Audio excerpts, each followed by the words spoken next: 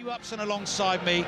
Brighton Arsenal about to get underway. I know you think, Matt, this is, given the situation at the top of the league table and the form Liverpool have shown in the first half of this season, Arsenal start tonight 6 points behind Liverpool. After this game they will have played 2 games more, and you think this is must win for Arsenal, don't you? Well, you get into that territory where if that gap becomes too big it can be demoralising, and I think if you lose touch too far with a team like Liverpool out in front, I think it puts you in a big problem. So Arsenal need to keep that gap as small as possible. Arsenal in change kit, unbeaten in their last 12 games in all competitions. It's pretty much all black with some grey flashes on the shirts and shorts, all black socks. They're playing from right to left in the first half. Team news for both sides is interesting, actually, so I'll rattle through that in just a second. The game is underway and Arsenal have won themselves an early throw. So Brighton are defending this goal away to our left, and they are in familiar blue and white vertical stripes with the blue shorts and the white socks. Riccardo Calafiori takes the throw in for Arsenal. Into the feet of Declan Rice, lays it back to Calafiori. Here's Gabriel, takes his time and sweeps a pass back to William Saliba. The pre-match playlist made me feel a little bit like we were in the warmth with the darts fans at Ali Pali, as they have been over the last few weeks or so. 17-year-old starred there, Luke Littner, the world champion. 17-year-old could start for Arsenal tonight because Ethan Nwaneri plays for Arsenal. Starts again wide on the right in Bukayo Saka's position. No Lewis Dunk for Brighton, so there's Igor Julio, the left-sided centre-back. Plays back to his goalkeeper Verbruggen, takes his time inside the 6-yard box. Plays it across to Julio, just on the corner of the Brighton penalty area. Low ball from him is intercepted, and Arsenal are in here on the edge of the box. They can't quite work it to Trossard. He stumbles into Veltman, falls over, nothing given for that. Trossard's on his feet again. Former Brighton player, of course, immediately getting booed by the home fans. Plays it back to Gabriel. Real whiz-bang start from Arsenal, and Trossard comes back to Saliba. Matt Upson. Yeah, interesting reception for Trossard, isn't it? A player that did very well here, playing up against Joel Veltman this evening, who's come into the team actually for Lamptey, which doesn't surprise me, to be honest. I think Veltman, a very experienced, steady defender, does well in that right back position in the back four, and they're going to need him this evening because Arsenal, you'd expect, are going to be really asking a lot of questions of Brighton. In terms of chasing Liverpool for that top spot, Chelsea have dropped points again today. That was our first commentary of the afternoon on 5 Live Sport. Finished Palace 1, Chelsea 1. Veltman turning away from Trossard, who's immediately making himself the pantomime villain in pantomime season. Shoves Veltman to the floor, roundly booed, jeered, whistled again. Brighton get the free kick. So 3 changes for Brighton. Kaoru Mitoma is on the bench again. Lewis Dunk is not involved at all. Lamptey and Enciso drop to the bench. Joel Veltman's coming at right back. Estupinian is back from illness. He missed the last game, the 2-2 draw at Villa. So he's back in at left back, and I'm looking forward to watching a bit of Matt O'Reilly, the signing from Celtic, making only a 3rd Premier League start of the season. He's playing in the number 10 role for Brighton this evening. They've got Bart Verbruggen in goal. He's got the ball at his feet at the moment in that penalty area away to our left. Veltman, Van Hecke, Igor and Estupinian as the back 4. Carlos Baliba, Yassin Ayari, regular duo in central midfield. The young German, signed in the summer, Brian Gruder, making a 4th consecutive Premier League start wide on the right. Adingra on the left. Matt O'Reilly in behind the centre-forward Joao Pedro, who's not scored in his last 7 games. Likewise about watching O'Reilly, by the way. Interesting player, isn't he? I'm just looking at him now. He's got quite an interesting style physically. He's got a very different setup in terms of with his body, the way he moves, but very clever. Gruder runs away from Marino, feeds it to Joao Pedro, lays it off to Veltman, crosses in from just outside the Arsenal area, headed away by Saliba. Skills on the edge of the box from Baliba. That was a control of the ball on each thigh, little flick with the left foot, and kept it well for Brighton. The home fans enjoyed that. Coming up to 4 minutes played, Brighton and Hove Albion 0, Arsenal 0. We had someone email us on the Commentators View podcast complaining that it's only Ian Dennis amongst the commentators who consistently calls Brighton and Hove Albion. Uses the full term all the time. Is that the preferred term then? Well, I think it is, so I've been told, so I'm going to do my best tonight, Matt. So if I slip, I'll give you a nudge. Pick me up on it. Thank you very much.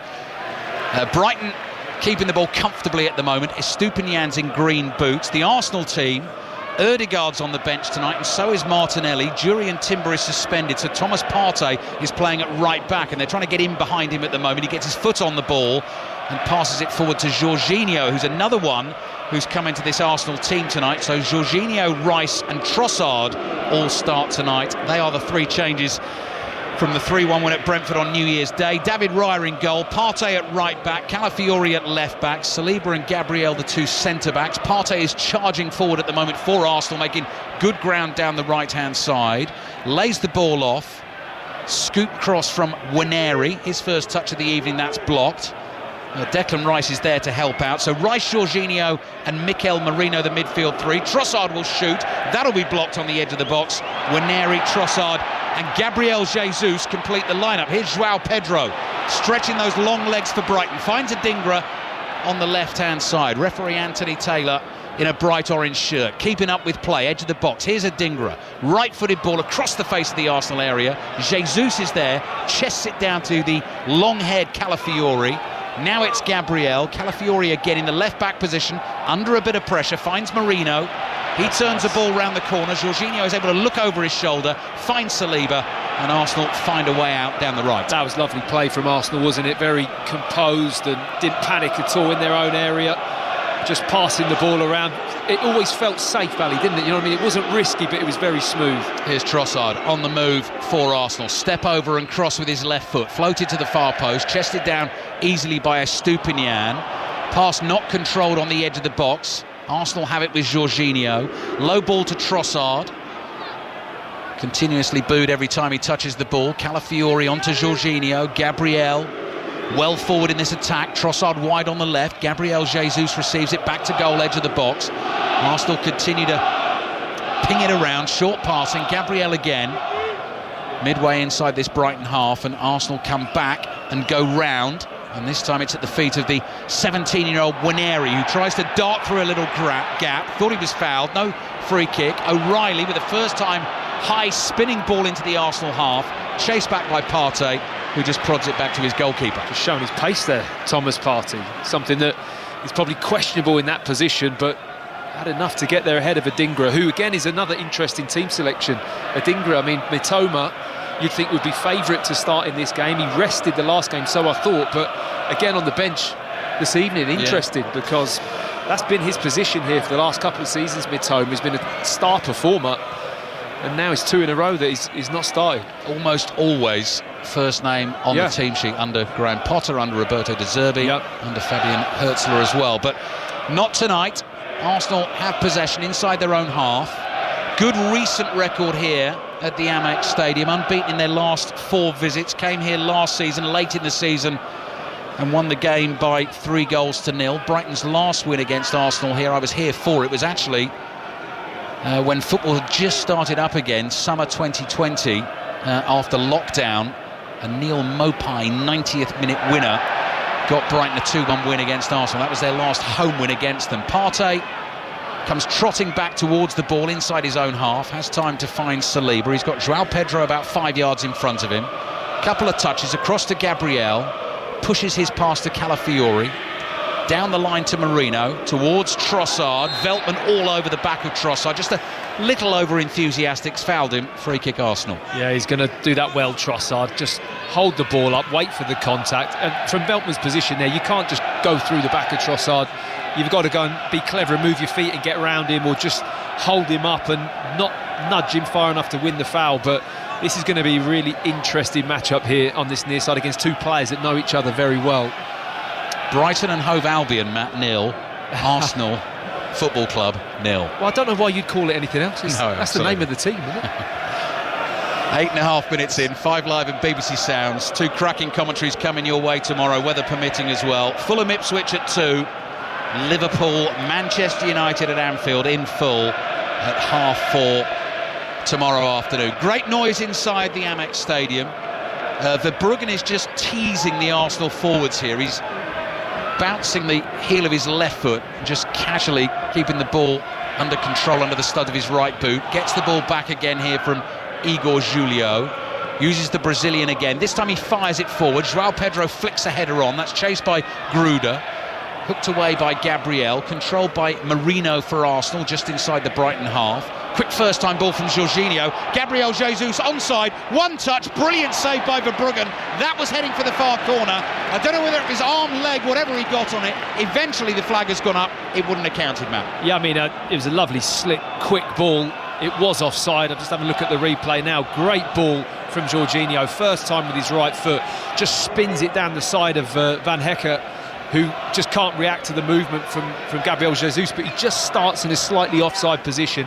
Had he finished it, it would have been offside. But, you know, he's in on goal, he's in that position. Just get that finishing going. You've got to hit the back of the net in those one-on-ones. I know it was offside, but just a little warm-up for him. The next one, he might be onside. He can't afford to miss it. Plenty of goals already in the Premier League today. Match of the day, BBC One at 10:20. And after this game is over, you can have your say on the nation's favourite football phone-in. Chris Sutton and Robbie Savage taking the calls on 6:06 tonight. Must win for Arsenal in this title race. 0-0 against Brighton and Hove Albion. Belieber to Igor. Pacey pass, low, laid off to Estupinian. On the move for Brighton, quickly infield to Gruder, 30 yards from goal. Passes to his right. Veltman scurries forward to collect that pass and wins Brighton their first corner of the half. Little pass infield, blocked by Calafiori, and behind it goes. There's been some really nice quick passing in this game from Arsenal and Brighton. Both teams started very brightly, just gets moved out to the right-hand side. It's interesting, Veltman didn't opt to cross that ball. I think, you know, with Arsenal's two centre-backs, the way they defend crosses is absolutely excellent. I think Brighton will look to be clever and find those shorter passes in and around the 18-yard box. It's Matt O'Reilly, the Danish international, 24 years old, third Premier League start of the season, takes the corner with his left foot, fizzes that into the near post. Ball is loose inside the box, hooked away. Waneri slightly overrun it, tackled by Estupinian. There's Gruder. He starts to glide past Arsenal defenders up to the edge of the box, gets the ball out to the left-hand side to Adingra. Back it comes to Estupinian. Tries to go on the outside again. Adingra stays wide this time. Gruder is there. Corner of the Arsenal box. Faced up by Jorginho, and then Estupinian is tackled by Waneri, and the ball goes out for a Brighton throw. Even game so far. Brighton and Hove Albion. I can't keep doing that. I'm going to have to do some Brightons. 0. Arsenal 0. 5:30 kickoff in the Gallagher Premiership this evening. Saracens against Bristol. There's been a try. Sarah Orchard.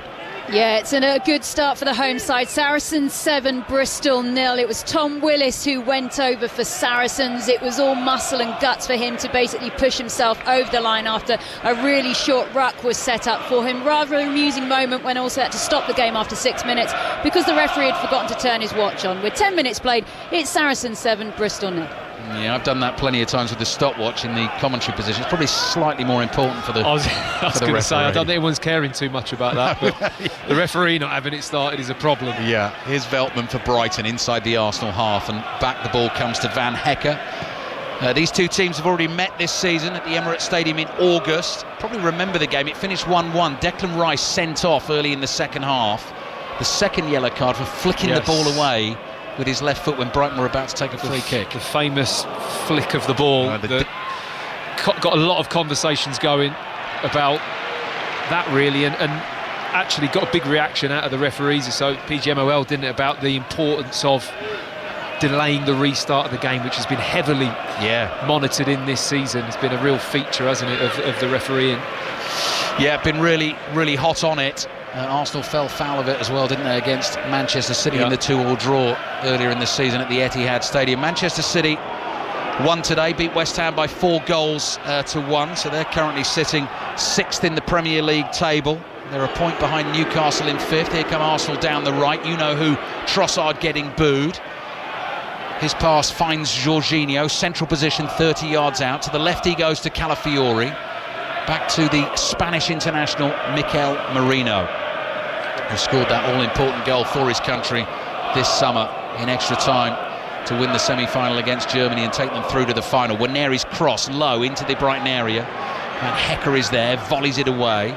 Saliba gets a foot on the ball just inside the Brighton half. Calafiori heads it sideways, and then an overhit pass looking for João Pedro is collected by Saliba inside his own half. Arsenal quickly turn that into an attack. Declan Rice, ball at his feet, 6 or 7 yards inside the Brighton half, rolls a short pass to his midfield partner Jorginho, making only a 6th Premier League start of the season, the Italian. Calafiori, back to Gabriel, wide to Marino. Calafiori again, back to Gabriel. Crisp passing from Arsenal.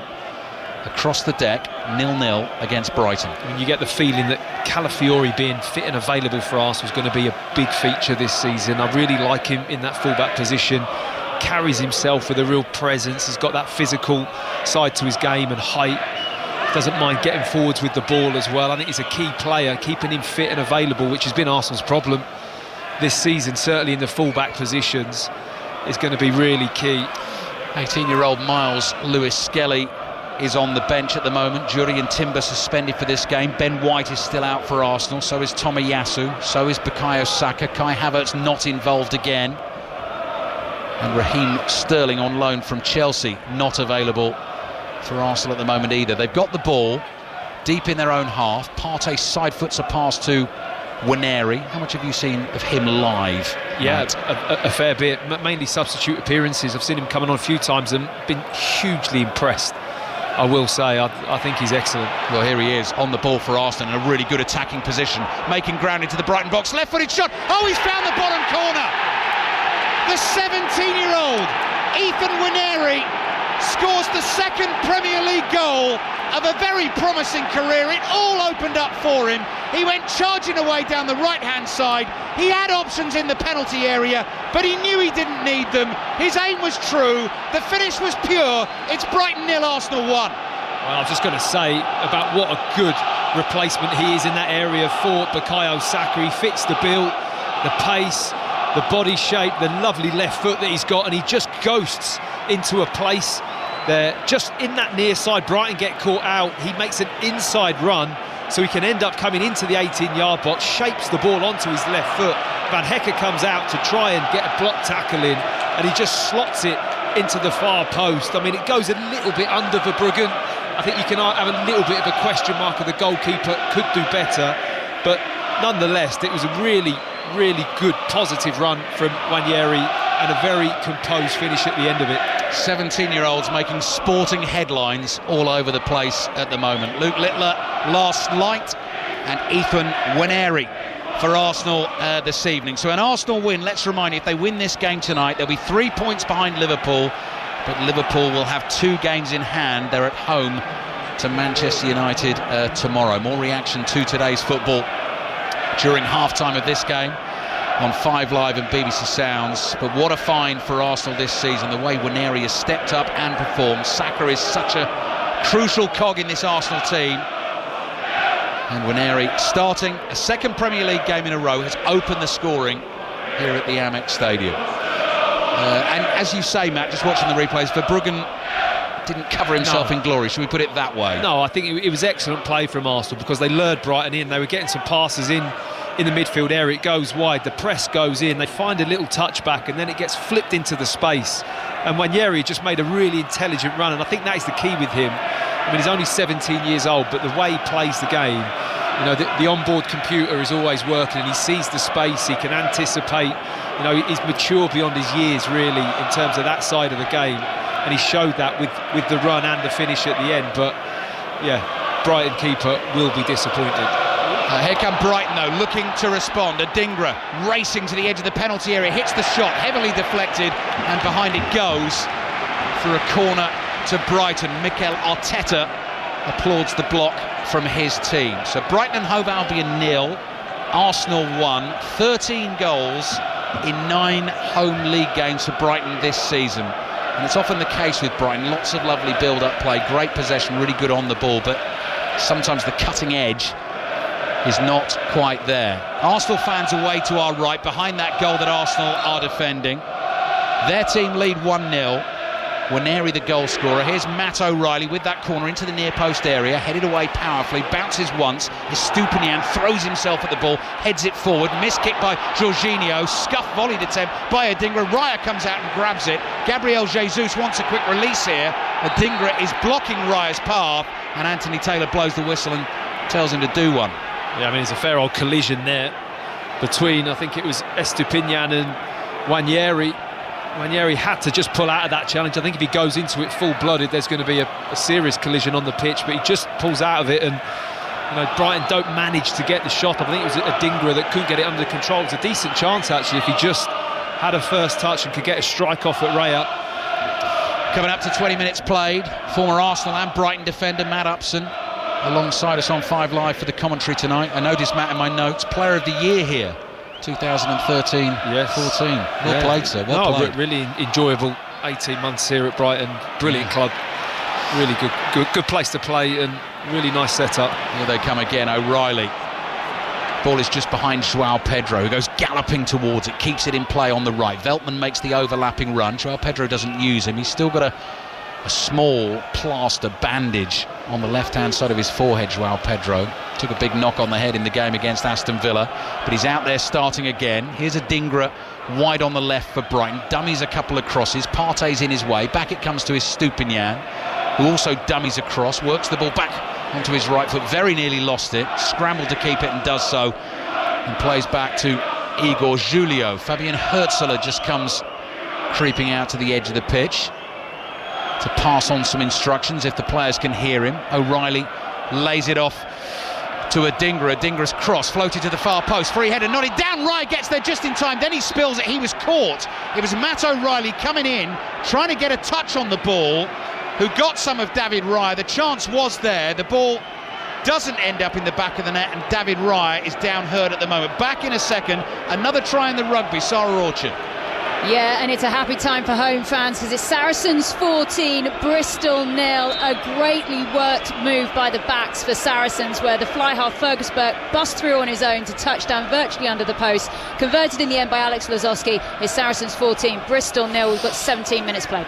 Earlier on today in the Gallagher Premiership, Gloucester beat Sale 36-20, and it finished Leicester 28, Exeter 15. Tomorrow you can listen to Northampton Bath in full on Sports Extra. The coverage starts at 2:55. O'Reilly had to go for that ball. Matt, he got the keeper instead. He was entitled, for sure. It was bouncing, gets hung to the back post. The header, I think it was Gruder that won the header, just nodded it back into the 6-yard box, and you're a midfield player arriving, the ball's bouncing.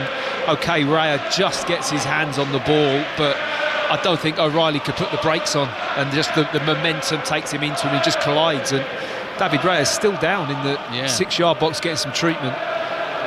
Great nose for a goal, Matt O'Reilly. 2.5 seasons at Celtic. They got him from MK Dons, won 3 titles in his time there, couple of doubles, scored 27 goals during his career at Celtic, and of course his career here at Brighton didn't get off to the best start. He was the subject of an awful challenge in a League Cup game against Crawley, which has really set him back so far this season, but he's a lovely option for Fabian Hürzeler to have. Hopefully David Raya is going to be okay, because obviously Tottenham earlier on today, they're down to third choice keeper. Fraser Forster's ill and Vicario's out injured. Raya, I think, is going to be all right here.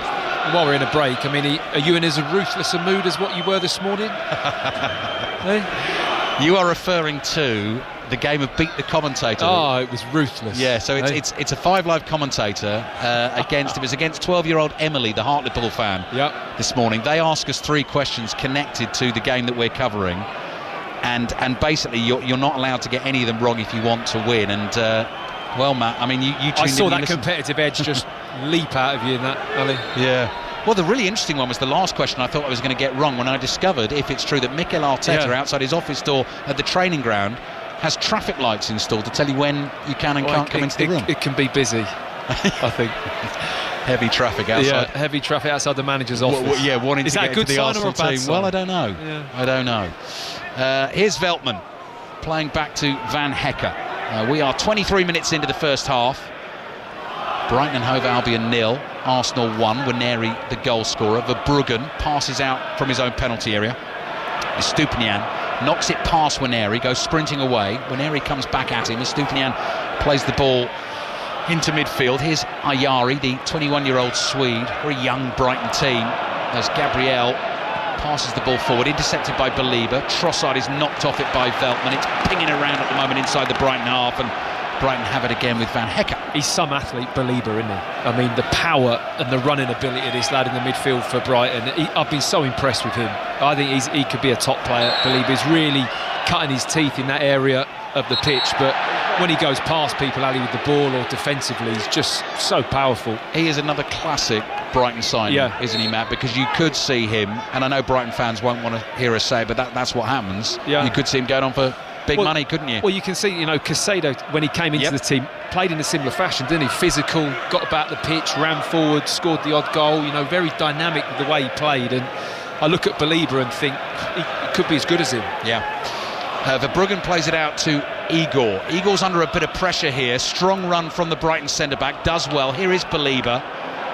Long sleeve Brighton shirt, fizzes it forward with his left foot. The ball goes skidding into the Arsenal half. Raya controls it just outside his box, takes it back into his penalty area, then slings it out with his right arm.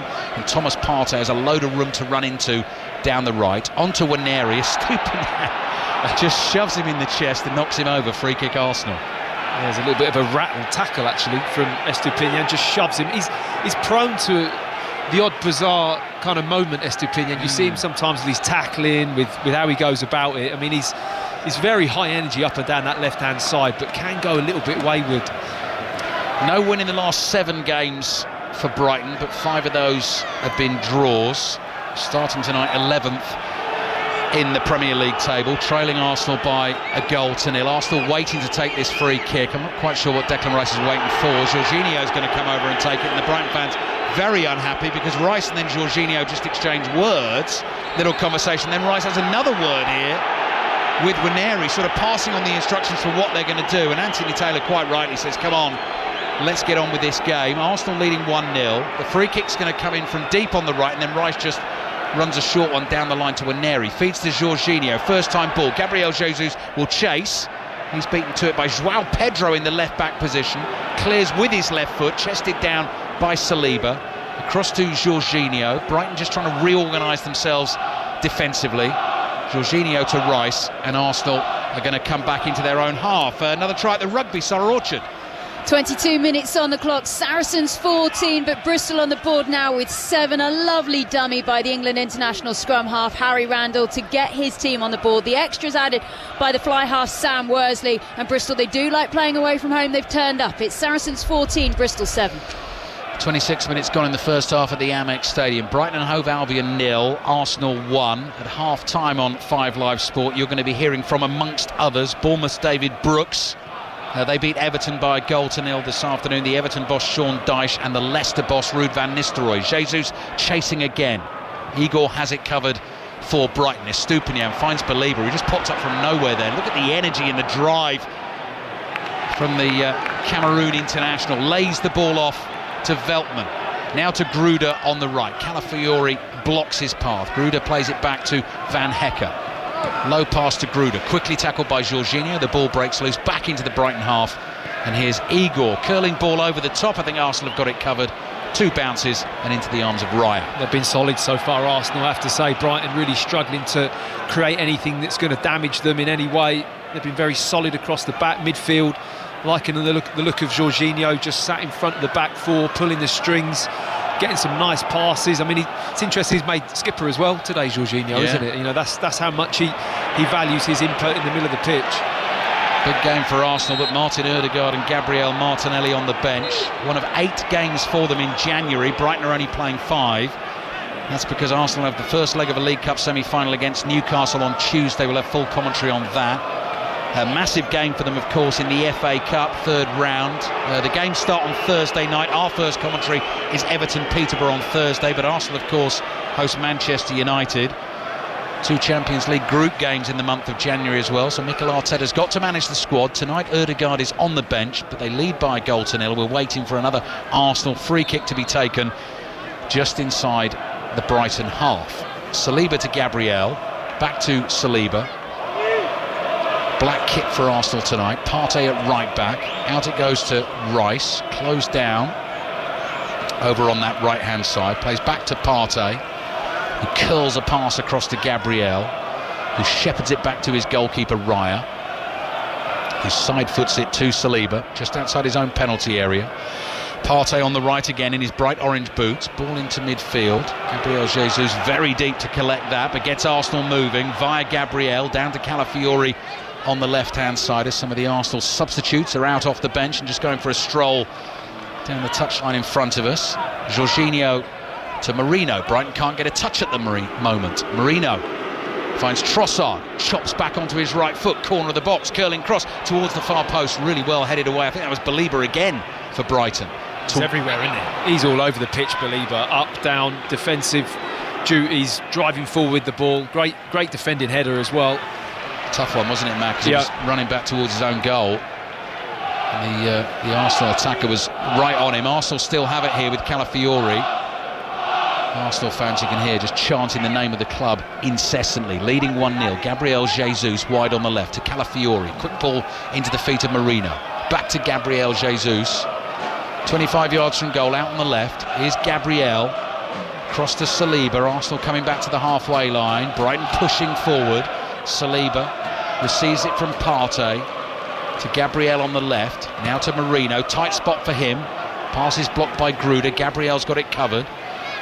Passes back into his own penalty area. Raya side foots a ball to Partey. Arsenal under a bit of pressure here. Chipped away by Raya. Belieber making the challenge. Partey is there. Flicks the ball forward. Collects it himself, but the pass goes astray. Here's Van Hecke. Holds off Jesus. Declan Rice wins it. But his interception runs to Gruder. Trossard is back there. Nudges Gruder off the ball, and Arsenal can start to build again down the right. Waneri tries a little trick. Doesn't work, and Brighton have the ball back. I mean, that's quick turnover from both teams, and I have to say it's down to the quality of defending reaction. Brilliant from Trossard, nicks the ball off Gruder, then Arsenal lose the ball, and it's just turning over, but due to really good pressure.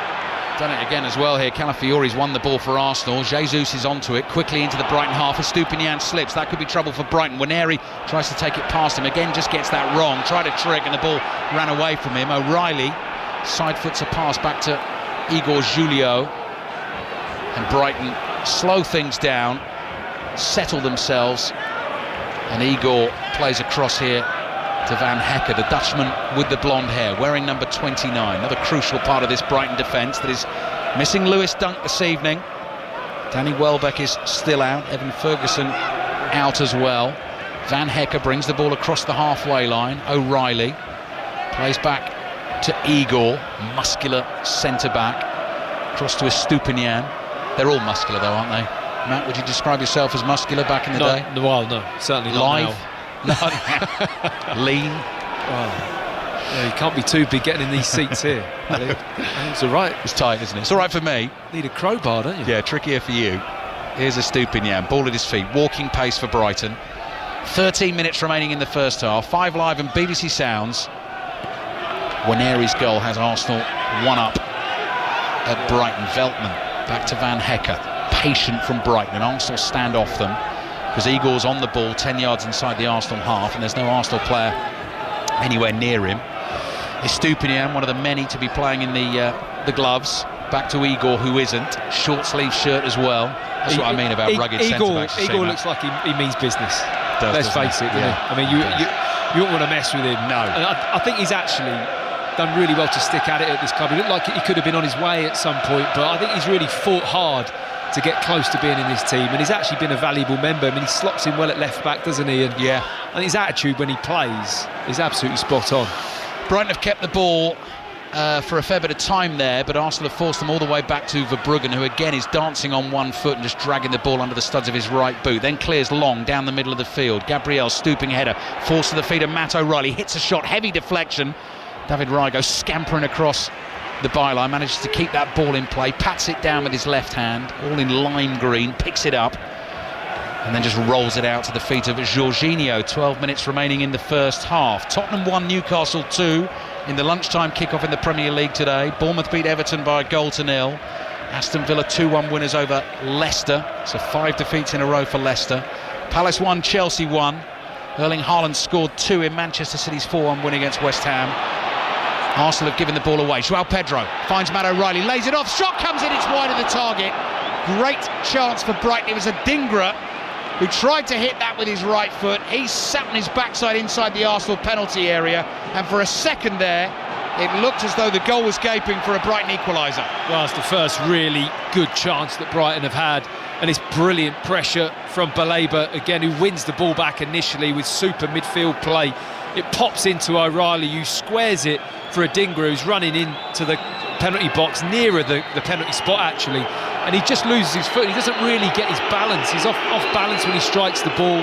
He's falling over. If he just maintains himself and gets a good connection on the ball, it was a great opportunity to score. Scored a goal in the last game against Aston Villa where he popped up in a similar sort of position, sort of got onto a loose ball and just popped that into the bottom corner. But as Matt says, slightly off balance there, leaning back and sliced the effort across the face of goal. Arsenal clear up towards the halfway line. They're leading Brighton and Hove Albion by 0-0.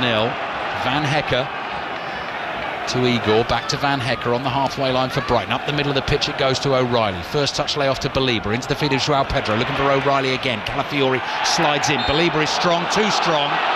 He's barred Jorginho over, and Arsenal get a free kick. And again, Matt, it's lots of good, impressive build-up play from Brighton. The cutting edge is not there. The good chance has come there to Adingra. He's not been able to take it. No, I mean the chance also was based on Arsenal losing possession, trying to play out, and really good pressure from Belieber. It wasn't a chance created by build-up play and movement, and you just feel like Brighton get to that point, certainly with the Arsenal back four and Jorginho holding midfield player, where they just hit a bit of a block, and they haven't quite got enough at the moment to unlock it, and that's how very much this first half has gone so far.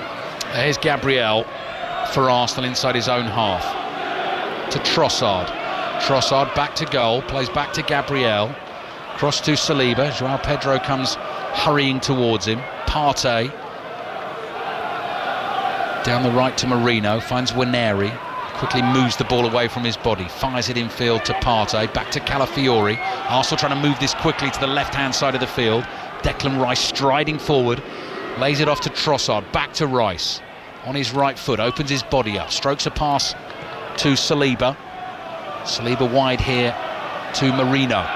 Marino to Waneri, step over, heads for the byline. Estupiñán gets the better of him this time, and there's a foul there.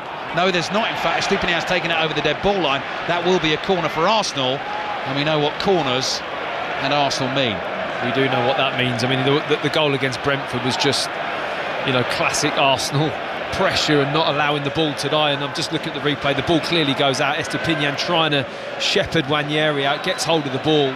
And it's in that position where normally you'd see Saka. He's just that little bit more dynamic in those 1v1s, isn't he? He's much more of a handful to defend against than Waneri. Corner then for Arsenal. Three players lurking at the back post. Trossard has joined them, so has Jesus. The only one in the middle of the penalty area is Gabriel, who's involved in a bit of push and shove with Matt O'Reilly. Corner into that near post. It was let go. Must have got a shout from the keeper there. Let go by Estupiñán. It's gone into the side netting. And Bart Verbruggen must have been very sure of his angles there, because that looked pretty close to sneaking in at the near post. It's clipped the bottom of the near post. That is risky, and he's having a look at Estupiñán, who's walking off, and Verbruggen is basically saying to him, that was close. That was close. As a polite way to say what he was saying to him, but he shouldn't have left that, really. It was too tight. You've just got to, even if you've got to knock it out for another corner, you just can't leave that ball to float in. Brighton taking risk, playing out of the back. Van Hecker is caught. Marino is over-eager, fouls him. That's going to be a free kick. Just before that, it was Verbruggen on the ball. Jesus, that is cool and calm from Verbruggen. Just a little drag back as Jesus came hurtling in, took it away from him and kept the ball. But if Jesus nicks that's 2-0. Here we go again. Verbruggen's got the ball inside his 6-yard box, and Jesus is closing in. He likes the hopping with the ball on top of the foot, doesn't he? Almost like, inviting pressure on. I mean, it's very confident play from Verbruggen. Here, Brighton have lost it now. Arsenal come forward, edge of the box, layoff from Jesus. Trossard, this won't be popular with the Brighton fans if it goes in. Finds Jesus though, back to Trossard again, right-footed shot, spinning high, deflected over the bar. Another corner for Arsenal. Brighton 0, Arsenal 1. Yeah, I'm just having a look at the reaction of Fabian Hürzeler.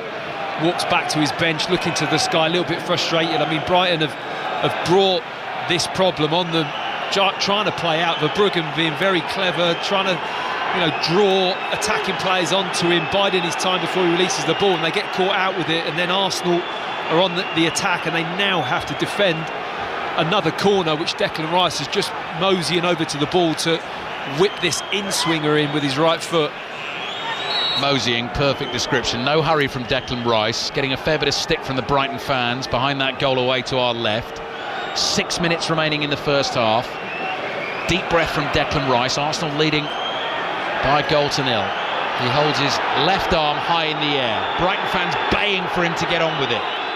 Noise levels rising. He delivers into the far post. It's headed powerfully over the crossbar and behind for the Brighton goal kick. And the two Arsenal players who jumped for the ball have made contact with each other, and their two players down hurt. Gabriel Jesus is holding his left shoulder, and just as we watch the replay of the corner, Gabriel himself fell over. Marino, well spotted, Matt. Yeah, who collides with Jesus. Yeah, I mean, they do attack the ball so well, Arsenal. I mean, there's a real battle between O'Reilly and Gabriel. O'Reilly's been given the job of shepherding Gabriel, which is no easy feat, because Gabriel likes to start that position on the edge of the 18-yard box, kind of bounce you out the way and make that run, and then he really does steam into the box to get his head on the ball, and O'Reilly's trying to block him and stop him and be awkward for him, and that is quite an interesting battle going on.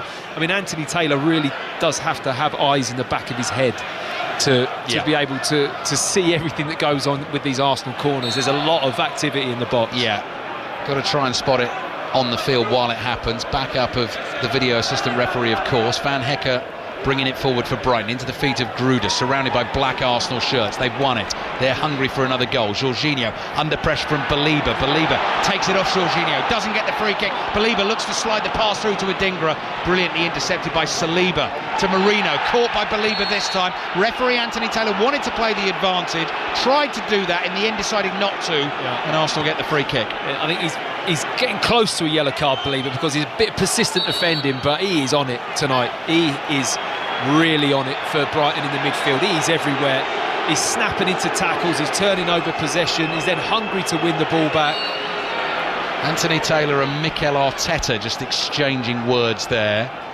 Anthony Taylor just giving Mikel Arteta a warning look about the potential possibly of a yellow card, and Mikel Arteta making the point that... Was he complaining about the lack of a yellow card then? Maybe.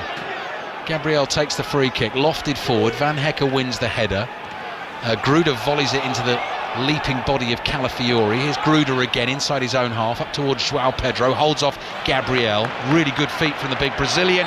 Then he's clipped by Gabriel Jesus.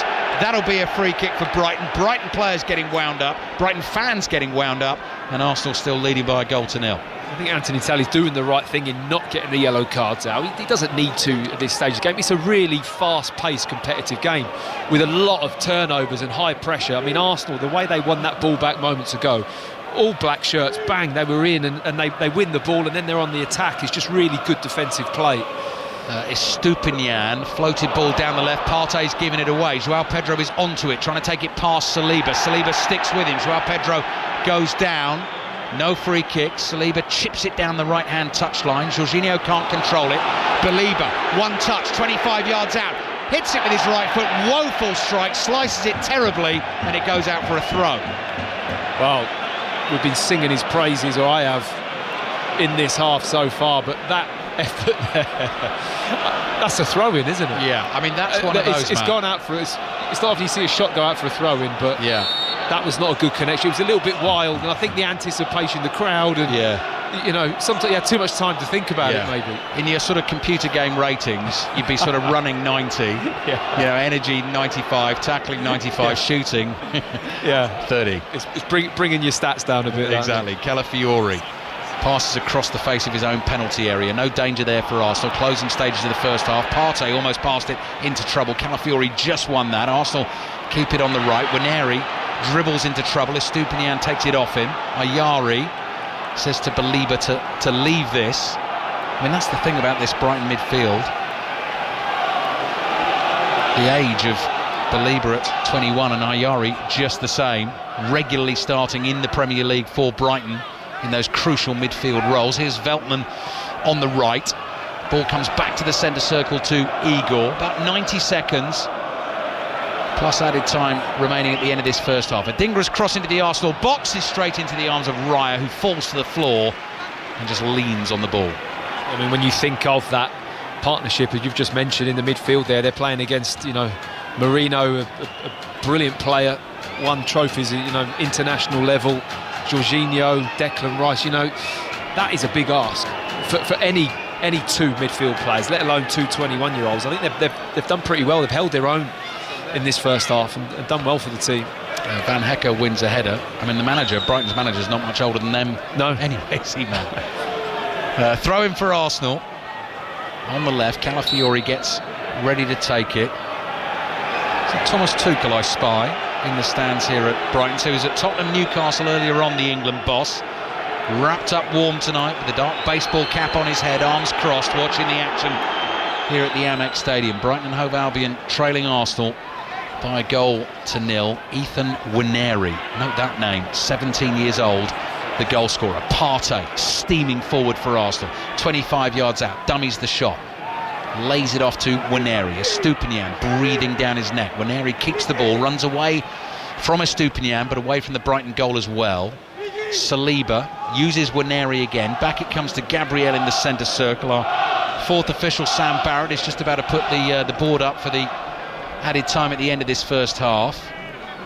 He's also wrapped up, black beanie on his head. 4 minutes of added time. Big long black coat Declan Rice has this ball in possession for Arsenal inside the Brighton box, tries to get the cross in, that's blocked. Belieber again for Brighton, and it goes behind for another Arsenal corner.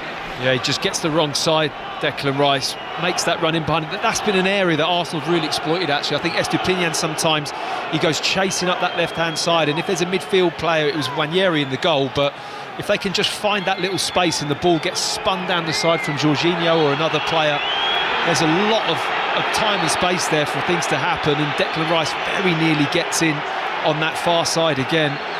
Shows you what high esteem they hold Nwaneri in. He's on the set pieces for Arsenal. When you consider how important the set pieces are for Arsenal, how good the delivery, the standards have to be, he's on, and Brighton fans getting extremely frustrated with how long they're taking to take these set pieces. Nwaneri gets booked. Anthony Taylor's had enough. Brighton fans love it. Gabriel complains. Gabriel had gone jogging over there to have a word with Nwaneri. There's always a bit of sort of instructions and talking before each individual set piece, but Anthony Taylor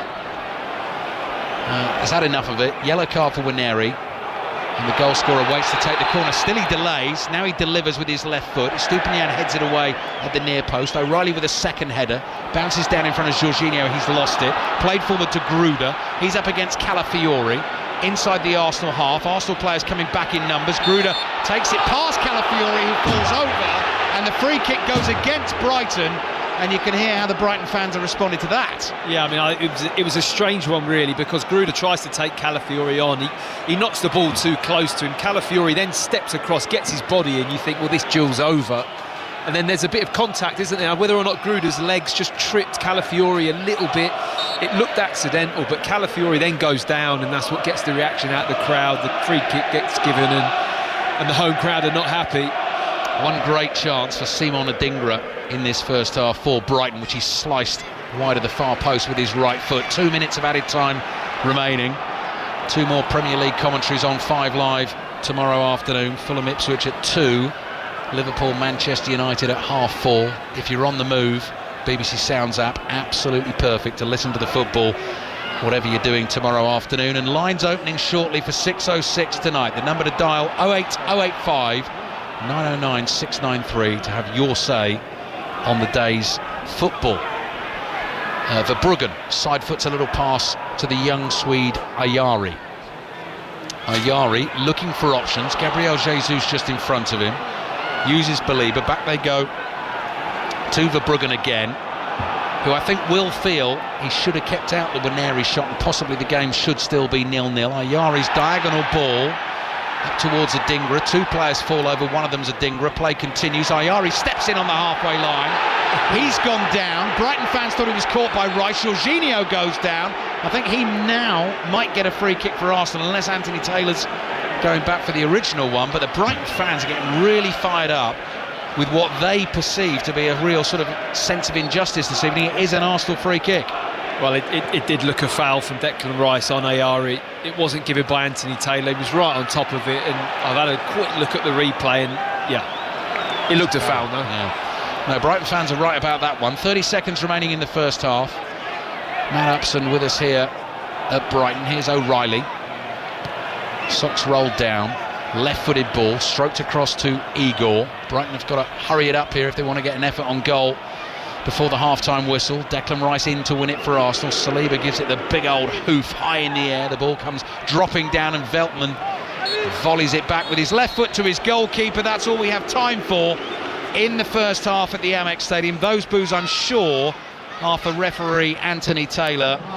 But what a story in terms of the goal scorer tonight, Matt Upson. And funnily enough, we were just talking about him just as he got onto the ball, did his thing and gave Arsenal the lead in the first half. There's not been masses in the game. That was the key moment. Yeah, it was. I mean, it's been a really good high-tempo match, hasn't it? There's a lot at stake. Arsenal, you know, they drive that tempo, they move the ball really quickly, and they've done that well in this first half. They've got the goal. I think Verbruggen will be disappointed. You know, it just goes under his body a little bit. Nwaneri in a great position. But I feel Arsenal maybe just about deserve it in terms of dominance and ability to get the ball wide and try and create. Brighton had one chance, like you say, Adingra, but they've not really consistently looked like they've got an attacking plan. Well, how are they going to break Arsenal down? And I think that's the one thing you want to see more from them in the second half. If Arsenal win the game, they'll be 3 points behind Liverpool, who will have 2 games in hand. They're at home to Manchester United tomorrow. 17-year-old Ethan Nwaneri with the goal that separates the two teams. Brighton and Hove Albion 0, Arsenal 1. Half-time in the Premier League, half-time in the Gallagher Premiership as well. Sarah Orchard. Saracens 22, Bristol 7. 3 tries for Sarries, the last scored by Tom Willis. That was his second, made by Maratoji, who'd recently been yellow carded, just back on the field, and he ran nearly 3/4 the length of it, only for the number 8 Tom Willis to eventually finish off the job in the right hand corner of the field. And as much as the scoreline says a lot about Saracens, Bristol will lose so many opportunities where they could have scored, particularly during that period where Itoje was off the field. Half time then, Saracens 22, Bristol 7. Elsewhere in the Premiership, Gloucester 36, Sale 20, Leicester 28, Exeter 15. 2 late tries for Leicester to win that one. Gloucester go 4th, Sale drop to 5th. Saracens will go above both sides if they maintain their lead over Bristol. In the Premier League earlier at lunchtime, Tottenham 1, Newcastle 2. Then at 3 o'clock, Aston Villa 2, Leicester 1. Bournemouth 1, Everton 0. Crystal Palace 1, Chelsea 1. Manchester City 4, West Ham 1. Southampton 0. Brentford 5. Reaction to come during half-time from the Amex, all after the news with Jill McKenzie.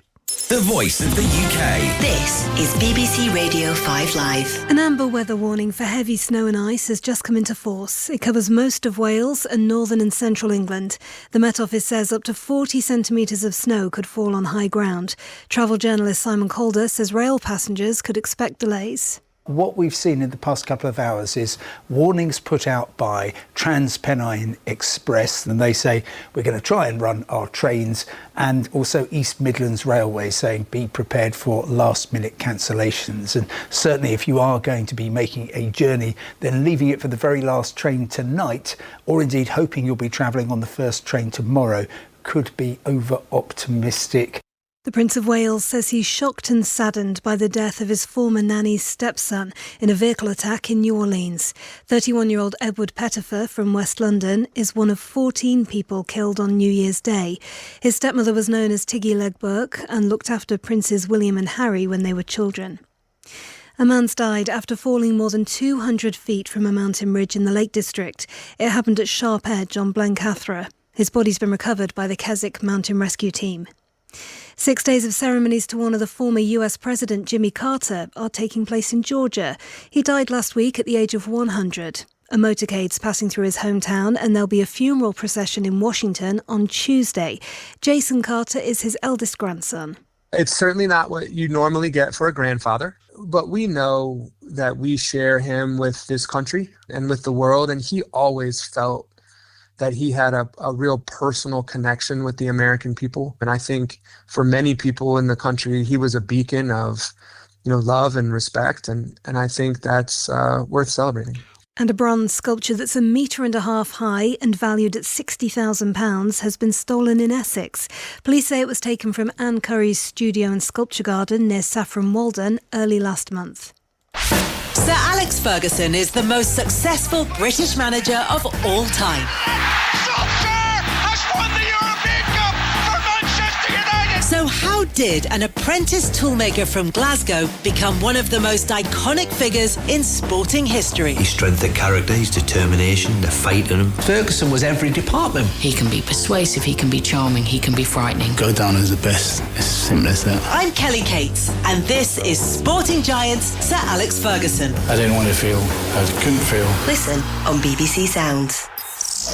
This is 5 Live Sports with Mark Chapman. Listen on BBC Sounds. Arsenal lead at Brighton by 1-0 at half-time. The second half on the way. Let's bring you some reaction to the day's 3 o'clock games in the Premier League. We'll start with Bournemouth because their unbeaten run in the Premier League is now at 8 games. They saw off Everton by 1-0. The winner was a cracking goal scored by David Brooks, and he's been talking to Simon Brotherton. David, congratulations. It took a bit of getting there today, didn't it? It was always going to be a tight game against Everton, but you got the 3 points in the end. Yeah, like you said, we knew like the way they set up and how they play. Over the past couple of years, it's going to be an extremely tough game. And you need a little bit of luck and just to try and finish it off with a little bit of quality, because there's not going to be many goals. I know the first game kind of was a bit of a goal fest, but usually they don't. So yeah, we knew if we got the first, then we had a really good chance of winning it. How are you enjoying the super sub role? No, not very much, to be honest. Obviously it's nice when you come on and score, but I don't think anyone wants to be a sub, to be honest. So obviously I'm just trying to do that kind of stuff to get in the starting lineup. It was a lovely looking goal. Talk us through it from your point of view. I mean, we were right behind it in the commentary position. Yeah, I seen it come in. Obviously as soon as it left me, he lost his boot, and I just thought, kind of, why not? If I take a touch, most likely he's going to be too close to us to get a finish off. So, I just thought, hit it and kind of hope for the best. 8 unbeaten in a row for Bournemouth now in the Premier League. It's shaping up to be a very promising season, isn't it? I mean, does it feel different this year? Do you feel as if you really come on as a group? Obviously, I don't think it seems too dissimilar from last year. We just obviously got a few better results than last season, but the controlled chaos, no one really likes coming here to play against us, and it's kind of one of them things that we go into every game, especially the home ones, that we can turn anyone over. Going well for Bournemouth, but for Sean Dyche's Everton, that's now just 1 win in 11. A really tight game. We weren't quite the races first half. I made some changes. I thought we gave a stronger performance second half and asked more questions of the opposition. Taking our chances has been a challenge since I've been at the club, and it still is, and it was again today. We got in key areas, and that final finish, people trying to pass it rather than shoot, and all the rest of it often comes with confidence. You're playing against a team of high in confidence, playing quite a direct style, turning you, playing into the corners, playing into the corners, but they do it very well. I commented on it before the game, and I commented on it again. It's, sometimes people that don't like I'm having a dig at people. I'm not. It's a compliment because they do it really well, and they've got confident players, and they actually score out of a nothing situation. I think it's not a blame, but it's a ridiculous foul. It's a ridiculous foul given by the referee, which starts it. There's no contact. There's nothing wrong with their player, and he gives a foul out of nowhere. But then we've got to deal with that better. It's a straight ball. We lose the first header. We don't run onto the runner. He knocks it in, and it goes across Jaron. He could have headed it, and he didn't. Leicester still in the bottom 3. They were beaten 2-1 at Aston Villa. Ruud van Nistelrooy is with Steve Wilson. Ruud, there wasn't a great deal between the two sides, was there? You were always in that game and might have got something out of it. Yeah, I think we were on course to get something out of this game, and the first one was a goal, a corner, and the second face shot at the edge of the box. And the second one we lost the ball ourselves in a place where we shouldn't. Overall, I think we controlled the game. We didn't give any big chances away, and created a couple ourselves with some good possession going on to prepare the goal, to prepare the chances. So other than that, that's why it's so disappointing that we don't take anything off this game. It was a difficult one away at Villa, we knew, but we have to make sure that we get these performances and convert them into points as well. Southampton were thrashed 5-0 at home by Brentford, and it could have been worse for them. They've got 6 points from 20 games. Their goal difference stands at -32. Here's their new boss, Ivan Juric. We played really bad today, and there's nothing to say. They were much better than us, and very tough result. had a feeling today really the big difference between two teams in acceleration and 1 against 1 and 1-2. In all the things of the football, they were like extremely better than us. We have to find a way to make things better and not be like today. So that was the first Premier League away win for Brentford this season. Thomas Frank afterwards spoke with Lee Blakeman. How close was that to the perfect performance, Thomas?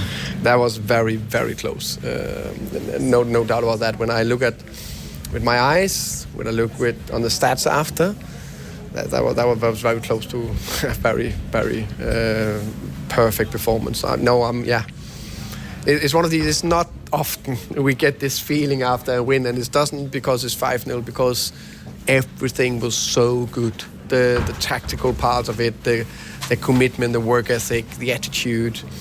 Yeah, extremely proud of the players. And you must be delighted not to have people like me able to ask you about away wins anymore. Very, very happy for that. But of course, this is one win, and I always got this 24-hour rule, 24 hours to celebrate the win, and we'll celebrate today because I think it was a big win. Or 24 hours to be extremely sad, which I normally am if we're losing.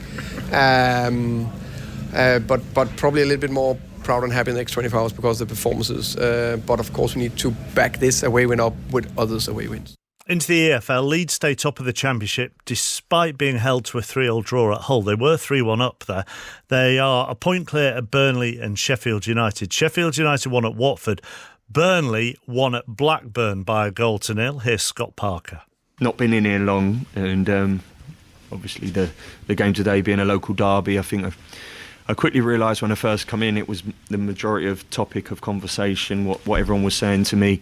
I experienced that very early on in the season with the home game, and then certainly felt that today really. I think from the minute we walk into the stadium, hostile place, intense atmosphere, which local derbies bring, and yeah, delighted that we managed to seal the 3 points really and walk out of here with them. Birmingham are the new leaders of League One. They won 3-0 at Wigan. 10-man Wickham drew at home with Blackpool. Blackpool getting a second half injury time equaliser. Wrexham are third. They got a late win at home to Peterborough. Salford have gone second in League Two. 6 wins on the spin now for Carl Robinson's side with victory at MK Dons. Port Vale won 2-1 at Doncaster, so they go third. Walsall stay 10 points clear despite having their game at Cheltenham today postponed because of a frozen pitch. An awful lot to get stuck into with Chris and Robbie on 606, and Robbie is Thank here. you, Chappers. Happy New Year, mate, by And the to way. you. Not spoke to you. Arsenal currently 1-0 up, Chappers in second. Chelsea no wins in 3. What a win for Newcastle, but Spurs another defeat at home, 12th in the Premier League table. Brentford 5-0 win. Southampton, Chappers, my Derby team, had 11 points. Are Southampton going to be worse than that Derby team? That's the big question. Do you want them to take that record off you? Of course I do, I Chappers. just wondered whether you quite like having that record. No, I haven't got many records, Chappers. And Everton losing against Bournemouth. Everton fans, what's your thoughts? 08085 909 693, Chappers. Thank you very much. They are on the way at the conclusion of the second half of Brighton against Arsenal. Plenty more live sport coming your way. Premier League tomorrow, Fulham Ipswich at 2. Liverpool against Manchester United at 4:30. Don't forget, though, tonight on Sports Extra, day 3 of the final test between Australia and India, which has had all sorts of needle in it. India resume on 141 for 6 in their second innings. That's a lead of 145 runs. Australia leading the 5-match series 2-1 as well. So Sports Extra at 11:05 tonight. Let's go back to the South Coast where Arsenal lead at Brighton and Hove Albion by 1-0. That's right, isn't it, Ali? Absolutely, yeah. That's how you got to do it now, Mark. Absolutely, every time. Matthew Upton, Alistair Breeze. That's how Ian Dennis does it. Yeah, apparently. well. Yeah. He's the only one that does it properly. That, as I say, he does. He is a beacon of correctness. He leads and we follow. Yeah, exactly. And it looks like the home side are going to be making some changes here, Ali. Yeah, it doesn't surprise me actually, Mark. So Matt and I were just chatting at half-time. Funnily enough, we were given some free sweets here just before the game, but we didn't quite know when you were going to come to us. And one bag of them are so chewy that we've not been able to start on them in the last couple of minutes because we knew we wouldn't get them finished. You're not But following Ian Dennis right. there. They'd have all been shoveled in. That's true. Minte and Ruta are going to come on for Brighton. We don't know who for yet, but Matt, you and I were saying, just as we went in before half-time there, as is so often the case here at Brighton, lots of pretty stuff, but you can't quite see how they're going to score a goal. I couldn't quite see what the plan or the direction was. You know, what are they trying to achieve? Is it just clever passes? Is it get the ball wide and get across in the box? Is it be direct? It's kind of, I'm not sure. Is it without them, Matt? Sorry, is it without having the Danny Welbeck? They don't. I don't know. João Pedro is a big guy up front, but he often will play off Welbeck a little bit. So without that focal point, definitely. do they struggle a bit? I think that is a huge difference. I think you've also got players like when Mitoma gets the ball, you know his moves. Like Welbeck knows he's going to, hold up, drop his shoulder, maybe get to the byline or cross it, and you kind of get to know each other's moves, and then you can, you position yourself off it, you make your runs, you kind of anticipating where it's going to go. It doesn't look like that with Brighton in that first half. There's a lot of personnel change, which might be why, Jorginho Ruta's now coming on, and Minter, who's quite an exciting wide player. But I agree, I certainly believe that the partnership of João Pedro and Welbeck, that being disrupted, does take the edge away from Brighton in an attacking sense. OK, Ian Dennis's pupil, it's all yours. Thank you, Mark. Ruta is coming on for Matt O'Reilly. And the other change, well, Arsenal are making a change too, actually. Gabriel Martinelli's come on for the goal scorer, Ethan Nwaneri, and it's Gruder. Gruder, who started wide right. He's the 20-year-old German who was signed from Mainz in the summer. So it's Gruder and O'Reilly who make way for Brighton. And on comes Jorginho Ruta, who will play in that number 10 role, and Yankuba Minte, who will play wide, and Gabriel Martinelli comes on and replaces Nwaneri, who was booked actually just before half-time for delaying the restart of the game. Arsenal taking their time over a corner, but Martinelli comes on. Nwaneri has done his bit. He scored the goal, and he's got Arsenal in front in a game that Arsenal really need to win to try and keep the pressure on Liverpool. We've got full commentary on Liverpool-Manchester United tomorrow at 4:30. If Arsenal win this, they will be 3 points behind Liverpool, who are top of the table, but Liverpool will have 2 games in hand. In about a minute or so time, Matt, we're not going to be able to see much of the pitch for 30 seconds or so, because the fans in the row in front of us are all going to shuffle in and sit down. So just sort of take a mental image of that, and then we can describe it. So there's going to be a pause. There'll be a pause in commentary. Here's Veltman's ball down the right. Brighton in the blue and white stripes, blue shorts, white socks, playing from right to left in this second half. Arsenal in change kit, which is all black with grey trim, and Jorginho's having a bit of a job to do to keep the ball. Lost it inside the penalty area. João Pedro took it off him, and he was about to either release a pass or shoot, and then Jorginho was given the free kick. Well, I'm not sure if João Pedro did too much wrong in trying to wrestle that ball back under control. I know the home crowd felt the same. I mean, Anthony Taylor in a really good position gives the foul, but that was tight. So the stadium announcer is just relaying the news of the changes at half-time for everyone coming back into the stadium. The blue seats here inside the Amex Stadium slowly being blotted out by bodies as people make their way back in. Igor's ball down the left looks like a good one if Adingra can keep it in play. A couple of touches to do so. Wide on the left for Brighton. Back it comes to his Stupinian in his bright green boots. He uses Igor Julio again. Here's Van Hecke. No Lewis Dunk for Brighton, not involved at all tonight. Adingra waggles his right leg in front of the ball to try and fool Martinelli. Plays back to Igor again, and this is what we saw. Arsenal in their defensive shape. Brighton have the ball, but can they find a way through to create a meaningful chance to test David Raya? It's back with Van Hecke, just inside the Arsenal half, towards his Stupinian. Good first touch. Left-footed shot, dipping straight at Raya, who clutches it with both hands. Matt Upson. Big deflection off of Declan Rice, who's coming back just to get the block in, and it did loop up in the air for a moment. Could have been difficult for David Raya had it had a bit more depth to it and looping towards that back post, but comfortable catch for him in the end. Lines are open for 606 08085 909 693 is the number to dial to have a chat with Robbie Savage and Chris Sutton tonight. Partey scoops a high right-footed ball down the right. Martinelli leaps brilliantly, flicks it on. Declan Rice was already on the move, collects it, takes it in his path, then turns away from the Brighton goal, holds on to the ball. He's tackled, but in so doing he gets the last touch and it goes out for a Brighton throw. So Brighton now are Verbruggen in goal. Back four remains the same, so you've got Veltman, Van Hecke, Igor Julio and Pervis Estupiñán, Baliba and Ayari in central midfield. But then it's the two changes. So Jorginho Rutter is now in the number 10 role. Minte and Adingra are the two wide men, and João Pedro continues as the centre forward with this white plaster on the left-hand side of his face. There's a little bit of a drizzle coming down here. Yes. Now, and we're not quite safe here, are we? You don't think? You're just feeling that, are you? Just blowing in ever so gently onto the commentary position here. Here's Estupiñán dribbling inside his own half, gets away from Gabriel Jesus, and he'll play back to Verbruggen. Arsenal then have David Raya in goal, Partey, Saliba, Gabriel, Calafiori back four tonight. Declan Rice, Jorginho, Mikel Merino as a midfield three. Martinelli now wide on the right. Trossard, former Brighton man, on the left, who's not been too popular here this evening, and Gabriel Jesus as the centre forward. Arsenal leading by 1-0. Verbruggen, high ball out to the right, chested down by Veltman, can't find a teammate with the pass. Gabriel plays it to Trossard, who continues to get booed.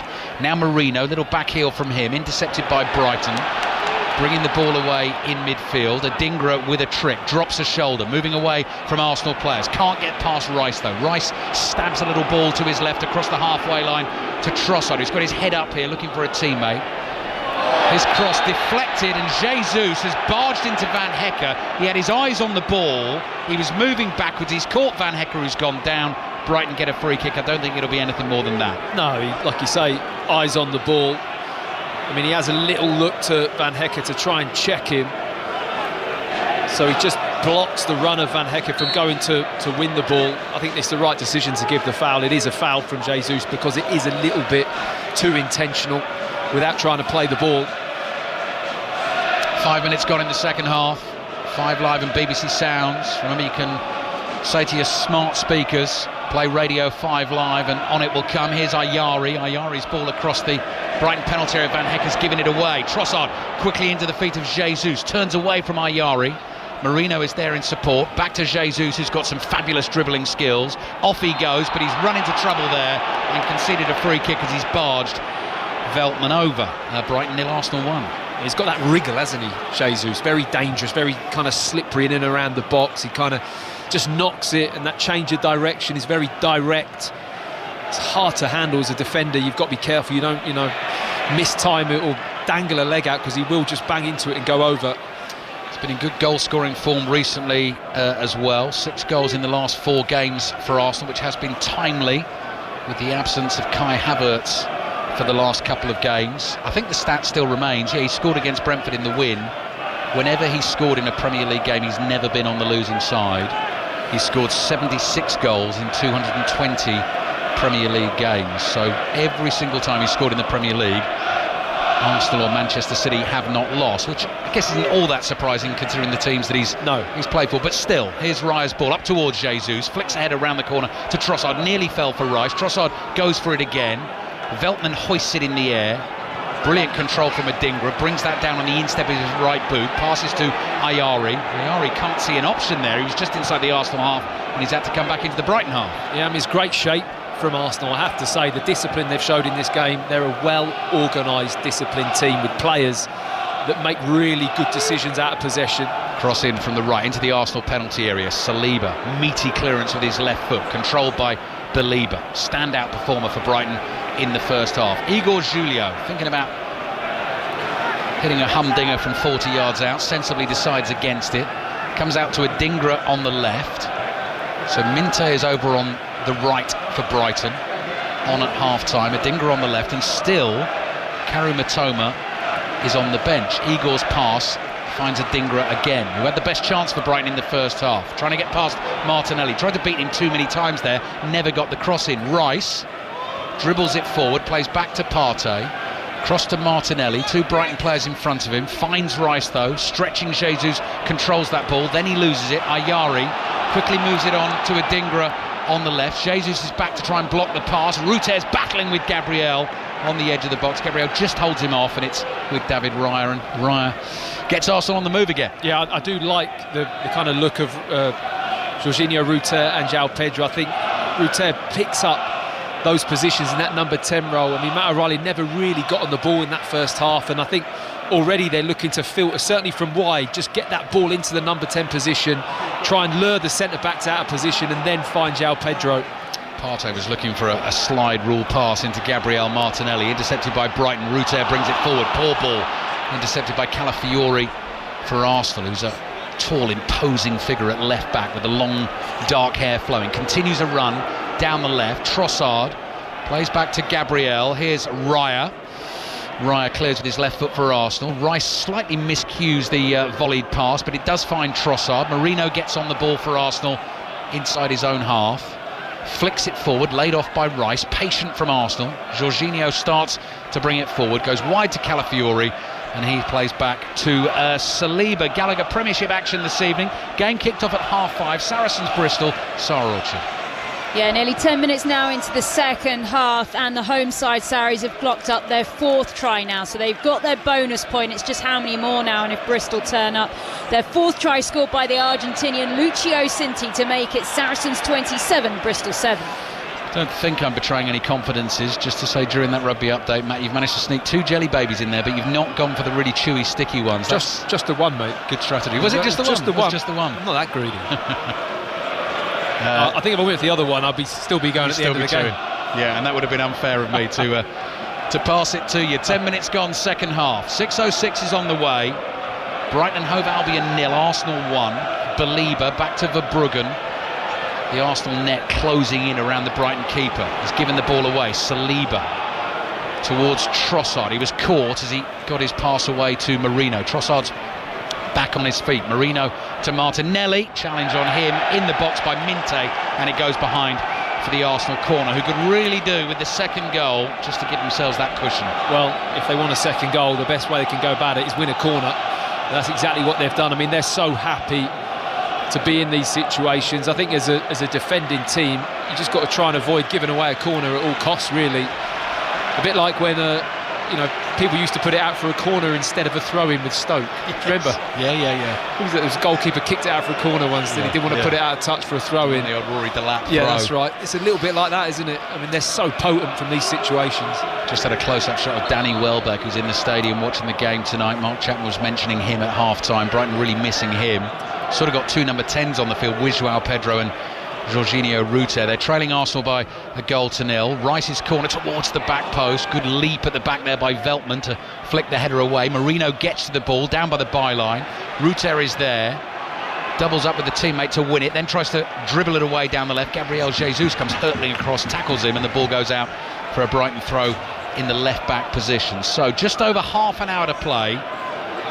Brighton and Hove Albion 0, Arsenal 1. If Arsenal win the game, that will be 4 consecutive wins in the Premier League as they look to try and keep this pressure on the league leaders Liverpool. Estupinian, long throw down the left, headed forward by Jorginho. Estupinian comes flying in, barges Rice as he wins the header. Anthony Taylor for the moment blows the whistle, gives the free kick to Arsenal, and he's not going to do anything more than that. I'm not sure he can. I mean, we did touch on Estupinian in the first half, didn't we? That every now and then he has these moments where he just goes a little bit out of control. Well, that was one of them. I think the ball is there to be won, but if you were to see the way he jumped and competed, his shoulders going in there, his arms are all over the place. Declan Rice has his eye on the ball, and I have to say I think he's a little bit lucky there to get away with no yellow. Yeah. It was quite a reckless attempt to compete for the ball, and lucky not to get punished. It's Matt Upson with us here at the Amex Stadium. The only yellow card in the game so far was Waneri for taking too long over taking a corner for Arsenal, but he's come off at half-time, and it's his goal that separates the two teams. So cold, light rain in the air. Rice has shaken the knock-off. He is going to take the free kick. Holes in the back of the black socks, pulled high over the knee. Rice pauses, holds the left arm in the air. Arsenal players start their runs across the face of the box. Then he goes low right towards the far post, and Not sure who got the final touch. It's gone behind for a goal kick, but it looked like 2 or 3 Arsenal players could have run onto that and maybe had a shot on goal. We'll have a look on the replay. I mean, if it's onside, which I'm not, I think it would have been onside. I mean, that is a chance. What a ball in. It's along the ground. It's such a cleverly worked free kick. They're all set up for the ball to be floated to the back post, but Declan Rice just whips it around that wall in behind the back of the line, the defending line, which is kind of along the edge of the 18-yard box, slightly deeper. Gabriel's mistimed a leap. Here come Brighton with Ruter, edge of the box, tries to find Ayari. The ball is loose inside the Arsenal area. Joao Pedro goes down, a little nudge to the side of the head. Anthony Taylor is looking and he's pointing at the spot. He had a long, hard think about that, the referee. Took a good 4 or 5 seconds before finally deciding there was enough in that. In the contact on Joao Pedro with the ball in the air, Joao Pedro flicked it up. He was moving away from goal. An Arsenal player comes in, leans into him, and Joao Pedro was caught on the side of the face. It's Saliba who sort of heads him in the side of the head, isn't it? It's a clash of heads. I mean, it's a really interesting one, I have to say. I mean, how often have you seen that, Ali? A penalty given away for like an accidental headbutt. Yeah, it's quite unusual, and the ball is caught underneath the feet of Saliba in the box. He's a little bit disorientated. Joao Pedro spots it.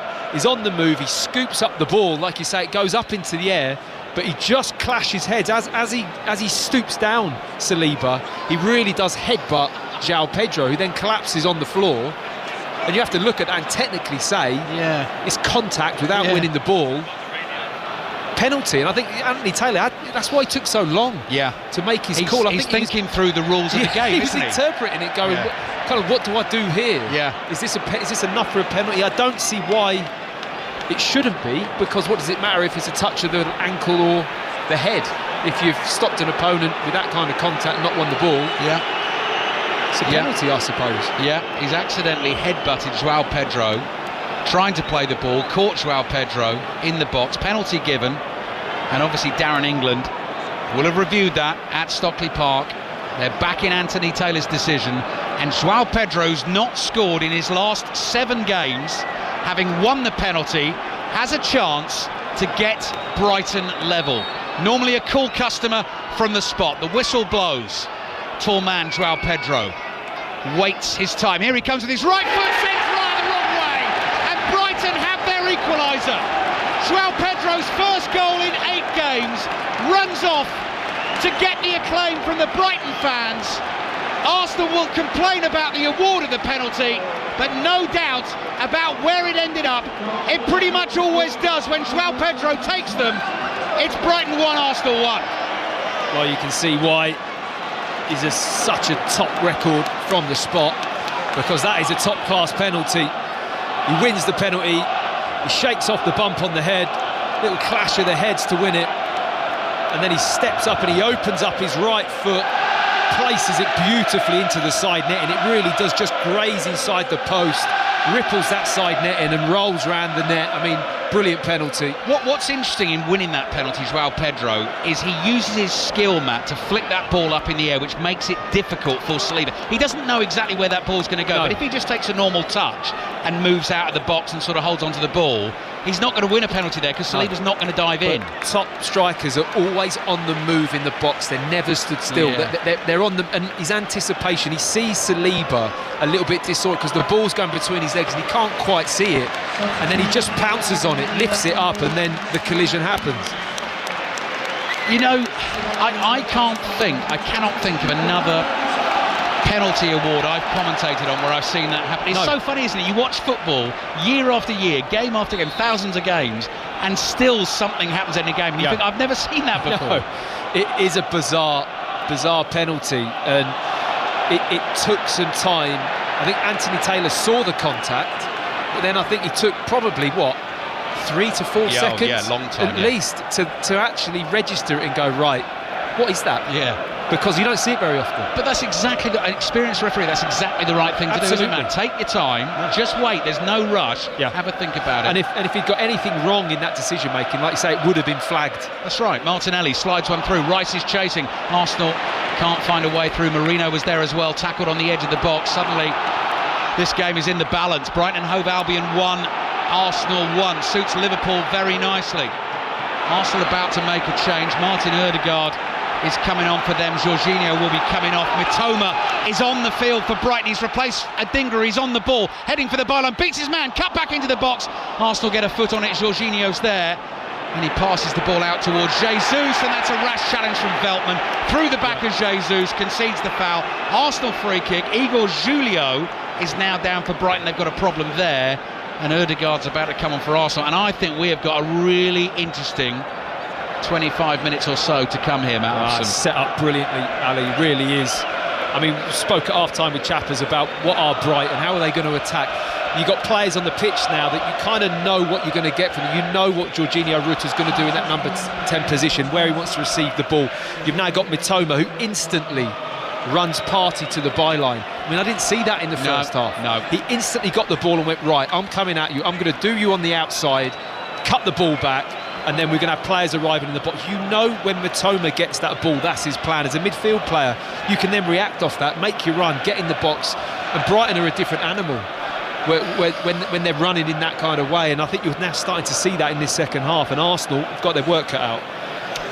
Brighton 1, Arsenal 1. Crystal Palace 1, Chelsea 1. So Arsenal and Chelsea both chasing Liverpool. Nottingham Forest play Wolves on Monday night, but at the moment Chelsea have already dropped points, and Arsenal in danger of dropping points here, but still plenty of time to play. Gabriel Jesus is down hurt. Joel Veltman was given a yellow card for the challenge.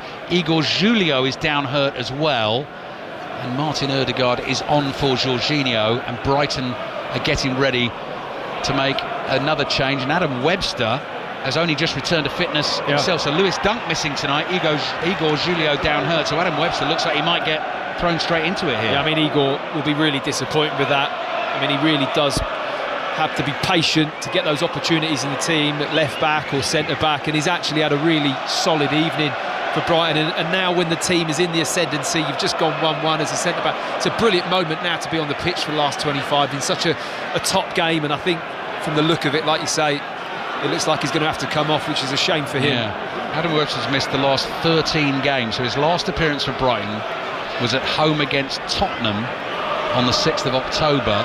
That was the game Tottenham went 2-0 up, didn't they? And Brighton turned it round. Half-time and won by 3-2. But this is a big challenge for Adam Webster. He's about to get onto the field. Let's check in on the rugby again before the football gets back underway here. Brighton and Hove Albion 1, Arsenal 1. What about Saracens Bristol, Sarah Orchard? 59 minutes on the clock here at the StoneX Stadium in North London, and Saracens, who had that huge scoreline put on them last week against Bath, that one finished 68-10. They are convincingly winning here. They've already clocked up 4 tries, so the bonus point is in the bag. They're leading 27 points to 7, and Bristol will be so frustrated. They have had opportunities. They've slightly tweaked their style of play as well. You have to say, normally they run it from absolutely anywhere, but on this occasion they have put boot to ball on a few more occasions than normal, and all eyes at the moment on their on loan fly half from Leinster, Harry Byrne, who's on the field. It is Saracens 27, Bristol 7. It's Brighton 1, Arsenal 1. The game is back underway, and David Raya's under pressure, clears with his right foot. Joao Pedro was coming in to block it. It bounces inside the Brighton half, and Van Hecke nods it back to Verbruggen. You had time for 2 or 3 jelly babies. They didn't go for 1. Did you notice how I didn't have one? Yeah, I did notice. Because you're calling me out. Do you know what I mean? Yeah. John Murray wouldn't do that. No, John wouldn't do that. He's too loyal. No. You two are tight. The fact it's 1-1 gives me a chance to roll out a really, really niche commentator's stat in just a second. Jorginho Ruta on the dribble is fouled, and this game is really evenly poised now. I mean, not only in the scoreline, but in terms of the balance of the game. And Brighton now have Mitoma on, and Ruta has made a difference, and Minte as well. Here's Van Hecke with the free kick. High one out to the left. Mitoma leaps, keeps the ball in play, heads it back to his Stupinian. You've really built up this stat now. I know. Oh, it's niche. It better be good. No, it's niche.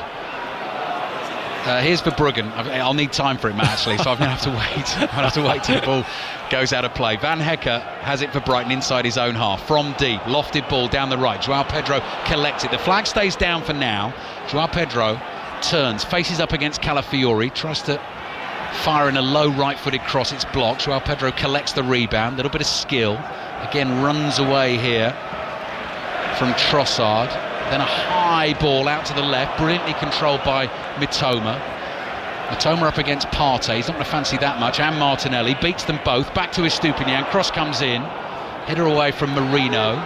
Rain is increasing in intensity just a little bit here on the south coast, and we've still got a quarter of this game to go. It's Brighton and Hove Albion 1, Arsenal 1. Right, with scores level, so going into today, Fabian Hürzeler, in his first 19 games in the Premier League, had drawn 9 of them with Brighton. Only 3 managers in the history of the Premier League have drawn their first 20 games, have drawn 10 of their first 20 games as a Premier League manager.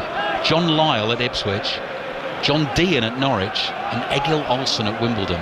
So test your mates on that one. They will never ever get that in a million years. How long did that take? Well, it was just in the notes, so I just copied it down. It's not mine. It's not mine. Martinelli. So you can't claim that? No, I can't claim it. I can't claim it. Martinelli's been fouled inside the Arsenal half. He's holding the small of his back. He's in some pain. And so Arsenal have a free kick. We've played 24 minutes, second half. Lines open for 606. If you want to chat to Chris and Robbie tonight, the number to dial is 08085 909 693. Match the day tonight is 10:20 on BBC One, but available via the iPlayer if you can't catch it then. Also available via the iPlayer. I've not even asked you this, Matt. Are you a Traitors fan? No. Oh, right. Wow. Well, you should be. First 3 episodes of The Traitors are available to watch via the iPlayer. You can't go any further with the series than that. And last night's episode was, if you're a fan, last night's was a cracker. I've heard a lot about it. It was really good. I've never watched it, but really it's good. On the to-do list. Oh, good. Excellent. Here's Calafiori for Arsenal. To Trossard on the left. Temperatures feel like they're dropping as well as the rain is falling. Gabriel to Ødegaard, hurried out of possession. Veltman's ball forward, taken by Minte, played into midfield. Joao Pedro on the run, nearly lost it. Webster's there, passes to Estupiñán, under pressure from Jesus. He never ever stops running for Arsenal. Estupiñán to Belieber. Nice first touch from Joao Pedro. Little flick past to Mitoma. Joao Pedro barged off the ball. That'll be a free kick to Brighton. That's a silly foul because Mitoma had miscontrolled the ball and it was an Arsenal throw, and Partey just comes steaming into the side of Joao Pedro, who did have a rather nice first touch, Ali. I thought that. I'm glad you appreciated that. It was a nasty bouncer, wasn't it? Like into his left foot, right, really tight with the touch line, just killed it dead. It's a good game at the moment, I will say. There's a lot on it. It's really tight. This could go either way. Okay, our producer Rob Schofield's just written me a little note. Something spotted in the leading up to the Brighton goal. Replay showing Jorginho kicking out when he was being blocked as the penalty was taken. So he's probably trying to run into that penalty area just in case there's a rebound. And Mikel Arteta might have seen. He might have been about to make the change anyway, but probably to avoid any flashpoints. Ødegaard on, Jorginho off. So you might well see that on Match of the Day tonight as well. 20 minutes to play, second half. It is Brighton and Hove Albion 1, Arsenal 1. In a game, as you said, Matt, at the start of the night, Arsenal can't afford to drop points. No. If they really want to win this title, the way Liverpool are going, they cannot afford to drop points in games like this. I mean, it's not unheard of for teams to be caught with hefty points, you know. What was it? I think it was Arsenal to Manchester United in December, wasn't it? It's the biggest points difference that was caught, and you know, it can happen, but can't see it, can you? No, it's difficult, and it doesn't happen very often. No. Here's Merino forward to Trossard. Hence the urgency about Arsenal here. Trossard dribbling down the left, plays the ball back to the edge of the box. Calafiori works it onto his left foot. Low cross, brilliantly blocked by Van Hecke, and it goes behind for the Arsenal corner. Mikel Arteta applauds. So do thousands of Arsenal fans away to our right. It's 1-1. Well, when they have these corner situations, Arsenal, when they've got these up their sleeve, I think they do remain very calm, I will say. And I think Mikel Arteta is really calm and confident. He knows that enough of these if they win another 2 or 3 more corners, the probability are they're going to have a really good chance to score. Yeah. And I think that this adds a different dimension to them under pressure, these set plays. And if you're an opposition fan, you know that too as well. You know there's real danger here every time Arsenal have a free kick or corner. This is a corner from the left. Declan Rice will take it. In it comes with the right foot, high towards the back post, but Bruggen does really well. He was under pressure there, jumped in amongst the crowd of bodies, took it well, runs to the edge of the box, then slightly spoons his clearance up in the air. Trossard let that bounce. The ball is loose on the halfway line. It falls at the feet of Rice. Rice is running away from Mitoma. Mitoma's done well, though, to stick with him, make the tackle. Rice is frustrated, concedes the foul, and Brighton just play on because they fancy winning this game themselves. Forward it goes here towards Ruter. Pedro tries to get it back to him. Pedro chases his own pass now, and Gabriel is there first for Arsenal. Back to Raya. Raya closed down by Ruter. Clears with his right foot down the right. Martinelli just leans forward, chests the ball down, being held by Estupinian. Goes to ground. No free kick. Ayari gives it to João Pedro. Brighton players are in the mood. João Pedro tackled by Partey. Throw in for Brighton, 1-1. Yeah, good pressure again from Brighton and Arsenal. Both teams out of possession today have been really good. They've really hunted each other down, tried to apply pressure to make mistakes and to win the ball. It's been a very high-level game in that respect. Calafiori steps in to intercept for Arsenal, gets it back from Trossard, trying to get away here from Minte. Back he comes to Trossard inside his own half, and he uses Gabriel, keeping an eye on the stopwatch. 17 minutes plus added time to play in this game. And then your call's wanted on 6:06 after the final whistle. Ødegaard whips it out to the right. Martinelli on the dribble into that Brighton penalty area, moving in from the right, holds off the challenges, back to Ødegaard, curling ball with his left foot into the far post. Van Hecke heads it away. Minte is there, goes to ground. Ruter, little pass back here to Veltman. Ruter was clipped. Free kick for Brighton. And he's done well, Jorginho Ruter, since coming on. I think that was a good substitution at half-time. He's brought something different to the game, wins a good foul there, very composed, but him and João Pedro do appear to have a really nice link-up and combination. I think João Pedro just appears a bit more comfortable with him on the pitch, and Brighton are a different team in this second half. Yeah. Finished 1-1 at the Emirates Stadium back in August. Declan Rice sent off in that game. This is 1-1 at the moment. And in terms of the title race, obviously, Arsenal's need for the 3 points is greater than Brighton's, but Brighton looking for a first win in 8 Premier League games. Cleared long by Verbruggen. The ball bounces twice, caught by Raya inside his own penalty area. Brighton starting this game tonight on 27 points, just behind Brentford on goal difference, who improved that goal difference with a massive 5-0 win at Southampton. Ødegaard's pass is short and Baliba's onto it. Nicked it off Saliba, then couldn't control it, and the ball's gone out for an Arsenal throw in the right-back position. Well, don't leave a short pass dangling about where Baliba is concerned. No. Not this evening. No. He will be on it big time. His shooting needs a bit of work, it does, judging from the first half, but everything else about his game this evening has been A1.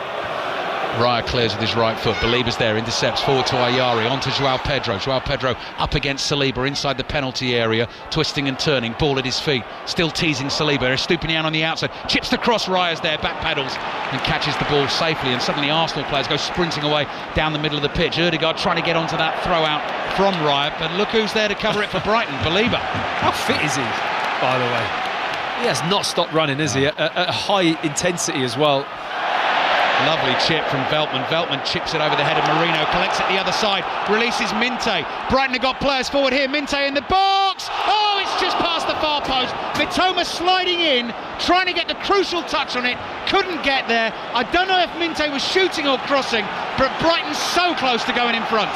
I'm not sure if Minte knows if he was shooting or crossing from the look of it. He was caught in two minds. Very similar position to the Nwaneri goal in the first half. It's interesting that Gabriel doesn't come out to the ball. He stays in the box and almost says, go on then, have a go at goal. And he just rolls it across to the far post. For me, with his left foot, he's got to try and whip that into the far post corner and score. The cross, Ayari has a go at it at the near post, and there's just too much on it for that, but it almost puts Mitoma off at the back post, who does continue his run. He doesn't get the touch. Yeah, I think so. I think Gabriel has to go out and deal with it as well. Gabriel stays in the box.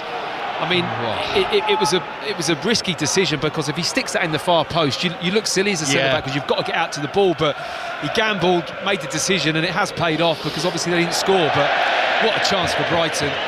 What a chance for Brighton. Long crossfield pass from Declan Rice has gone sailing over the head of Martinelli and out for a throw into Brighton in the left-back position. 13 minutes plus added time remaining. Don't miss the 2 commentaries on 5 Live's Premier League Sunday tomorrow. That is Fulham against Ipswich at 2, Liverpool against Manchester United at 4:30, and then Wrapping up all. Oh, here's Gabriel Jesus. Good challenge by Webster on the edge of the box. Calafiori jumps in, side foots a half volley pass to Marino. Back to Calafiori. Arsenal attacking now down the left. Trossard pokes it into the path of Jesus. Tries to work it onto that right foot. Good defending by Ayari. Curling pass away. Gabriel chests it down. Here's Marino. Inside left channel, 25 yards out. Ødegaard into that Brighton box. Back to Marino. Marino with his back to goal. Lays it off to Rice. One touch. Hits the shot while he was falling. No power. And it comes bobbling through to Verbruggen. There's Jorginho Rutter with the little kind of run back defensive run that just put Declan Rice off there. It was really good defending from him. He dangled his foot in front, and I think he's just hobbling off now. I think Declan Rice does actually kick the back of his Achilles as he tries to have that shot, but really good defending from him. Verbruggen clears with his right foot. Gabriel lets that sail over his head, then runs back, stoops and nods it back to his goalkeeper David Rye. I was just going to point you in the direction Sunday night, Monday morning of the Premier League review on the Football Daily feed. The Premier League review podcast, which is always well worth a listen after a weekend of Premier League football. Here's Partey. Partey to Saliba, just outside his own penalty area. Cross to Raya, taking a risk there because Joao Pedro was close by. Gabriel's low pass, doesn't find a teammate. Van Hecke intercepts, not enough on that to find Ayari. Ayari did well to keep that for Brighton and give it to Matoma. Matoma to Baliba. Back to Webster. Webster back in action for Brighton for the first time in a long time. Cold, thin rain sweeping across the Amex Stadium. Brighton and Hove Albion 1, Arsenal 1, just over 10 minutes remaining. Here's Webster inside his own half, going back to his goalkeeper Verbruggen. Saracens, Bristol latest, Sarah Orchard.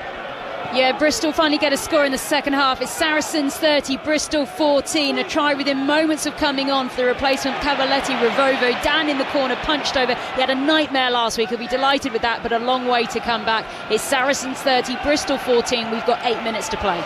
Full commentary, Northampton Bath tomorrow. Sports Extra coverage starts at 5 to 3. Here's Minte on the right for Brighton in the blue and white stripes. Miscommunication between him and Veltman. The pass goes straight past Veltman and behind for the Arsenal goal kick. 10 minutes plus added time remaining. Matt Upson. I mean, it's interesting how it has switched in this game, isn't it? Now Arsenal are the team that are really going to have to come out a little bit more and try and find that winner. It's Brighton asking the majority of the questions, I have to say. It's very probably really well balanced in terms of possession and who's going to have the territory and maintain possession and maintain control of the game, but Arsenal need to make something happen. It's on their shoulders at the moment. 2 Premier League defeats for them so far this season, away at Bournemouth and away at Newcastle, and now finding it tough at Brighton, who've been much better in the second half. Waneri's goal in the first half got Arsenal in front. Joao Pedro's penalty has Brighton level. Here come Arsenal though. Marino, smooth ball down the left to Calafiori, takes on Rutter. Rutter sticks to the task well. Both players stumble forward, lose their footing. Rutter's done brilliantly for Brighton to win it. Curling ball over the top. Minte was dragging Gabriel back there to try and get to that pass first. He's complaining it was 6 of one and half a dozen of the other. Arsenal free kick, and they've taken it, or they're trying to take it, but no. Anthony Taylor's going to give Minte a yellow card. Yeah, I think Minte feels that there was an initial foul from Gabriel to bump him at the start to stop him from running, and he had hold of his shirt, and then obviously by the time Anthony Taylor turns to look at the situation, it's Minte all over Gabriel. Do you admire that as a centre-back? Man, that's really clever, isn't it? It is clever. He grabbed his shirt, didn't he, and just bumped him beforehand, exactly. but it was discreet, and you know, the two Arsenal centre-backs are very good at that. Here's Martinelli on the right for Arsenal. Saliba finds Partey right on that right-hand touchline. Couldn't locate Ødegaard. Brighton clear up to Joao Pedro. They've lost it though. Matoma was tackled. Here's Ødegaard sweeping forward for Arsenal. Finds Marino. Edge of the box. Ball is loose. Martinelli might be in an offside position there. Right-footed crosses low into the box. Van Hecke's there. Flicks it away with his right foot. Matoma's onto it, and away it comes to Joao Pedro on the left-hand side, and Mikel Arteta is desperately waving his troops back towards the Arsenal half. Joao Pedro takes his time, plays back to Estupiñán. Another try in the rugby, Sarah Orchard. Another one for Bristol. We're going to have a good finish here. It's Saracens 30, Bristol 21. It's replacement hooker Harry Thacker, who's underneath a pile of bodies as they drive over. It's Saracens 30, Bristol 21. Brighton fans urging Estupiñán forward. He plays it to João Pedro on the left, encroaching into the Arsenal penalty area, right on the corner of the box. João Pedro just strokes the ball back to Webster. The move has slightly lost momentum. Last 10 minutes of the second half. Brighton and Hove Albion 1, Arsenal 1. Fabian Herzl talking to Estupiñán as this move continues to build. Diagonal ball from Van Hecke. Wide to Mitoma, couldn't bring it down on the laces of his right boot.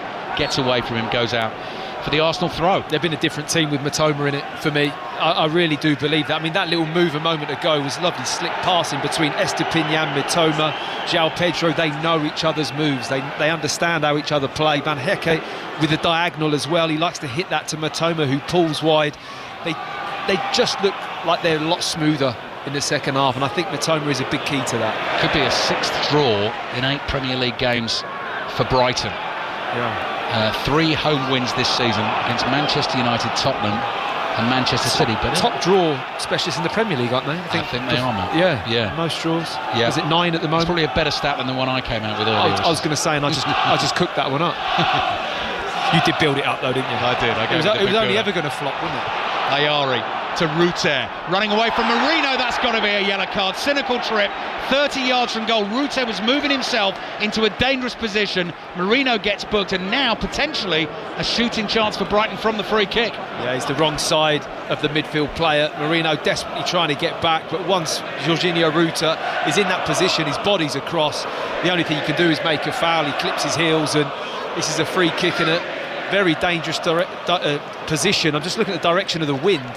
It's a little bit swirly, isn't it? It's that kind of wet now, very greasy surface. This is one of those that if you've got that kind of dipping shot over the wall, bouncing in front of the goalkeeper, could be tricky. And it's far enough away, Matt, isn't it? It's probably 30 yards out that you've got time to get it up and over the wall and make it up and down. Yeah, Ayari's the one who stands over the ball. They might be working something here though, because Veltman is standing sort of diagonally to Ayari, quite close to the Arsenal wall. To his left he's got Baliba. Minte is hanging wide right as well, and the big men in the middle in case this is floated to the far post. So Brighton have options. Are the kings of the set piece going to be undone by a set piece? Brighton and Hove Albion 1, Arsenal 1. Here comes the free kick. Ayari with his right foot goes for goal, skids in front of Raya wide of the post and behind for a goal kick. Yeah, it certainly skidded, didn't it? And David Raya skidded over to the left side of his goal very quickly. He was a little bit unsure whether that would bend in. I mean, he tried to whip it around the wall, didn't he? Yeah. It probably needed that up and down. Oh, that's a loose pass from Partey. Saliba gets to it, back to Raya. Brighton forwards closing in again. Raya doesn't get much on the clearance, bounces inside his own half, and Jesus nods it back to Calafiori. Lines open for 606. Number to dial 08085 909 693. That'll be on the way in about 10 minutes time here on 5 Live and BBC Sounds, and then 5 Live Sport on air from midday tomorrow. Brighton break up another Arsenal attack. Good dribbling from Ayari through the heart of the Arsenal midfield. Runners left and right, looks for Mitoma. Partey steps in, cuts out the pass with his right foot, and then Ødegaard on the ball for Arsenal, chased by a couple of Brighton players here. Low pass from him down the right, but Webster's going to get there first. Oh, it's a shame the pass just didn't have a bit more weight on it from Ayari. Lovely run, burst through the lines, and then couldn't quite find the weight of pass. Mitoma goes wide left to Ayari. Ayari drags the ball back, finds his Estupiñán on the left, uses Ayari again. Martinelli's in his way, so's Partey. Pacey pass back to Webster, central position, 35 yards out, looks right, comes back to the left, little chip ball over the top. Estupiñán leaps in the air, controls it, tackled here by Partey, and this could turn into an Arsenal counter-attack. Martinelli speeding away down the right-hand side, little step over, João Pedro slides in, foot on the ball, it goes out for an Arsenal throw. Saracens Bristol, another try, Sarah Orchard. But it's for Saracens. Have they finally put this game to bed with less than a minute to go? It was Fergus Burke who went over in the corner of his second of the fixture. Bristol frustratingly stuck on 3 tries, and they're well over the 7-point gap to get a losing bonus point. A lot to do with 40 seconds to play. Saracens 35, Bristol 21. Jesus plays it back to Partey for Arsenal. Rice strokes the ball into the feet of Ødegaard inside the penalty area. It just wouldn't quite sit up for him. Van Hecke's there, hacks it away for Brighton. That was close. I mean, lovely ball from Rice, broke the line into Ødegaard, and I think it was Estupiñán was there, and a little toe got on the ball, just didn't allow Ødegaard to settle. Here's Partey again inside right channel, can't find a teammate with the pass. Rice intercepts the clearance. Rice is fouled, 25, 30 yards from goal inside right channel. and this is a problem for Brighton now. We are in the 88th minute of the game. Brighton and Hove Albion 1, Arsenal 1. Gabriel comes over, hand in front of mouth, passing instructions on to Declan Rice. Martin Ødegaard's had a say as well. And you were saying 20 minutes or so ago, Matt, that Mikel Arteta knows these opportunities will come in games with his team. There's always a chance from the set piece. Let's see what they can do. Declan Rice again just wants to make sure they're all on the same page. Comes over to Ødegaard. Anthony Taylor marches in. He comes and has a word with Declan Rice as well. We tick over into the 89th minute on 5 Live and BBC Sounds. 6:06 to follow.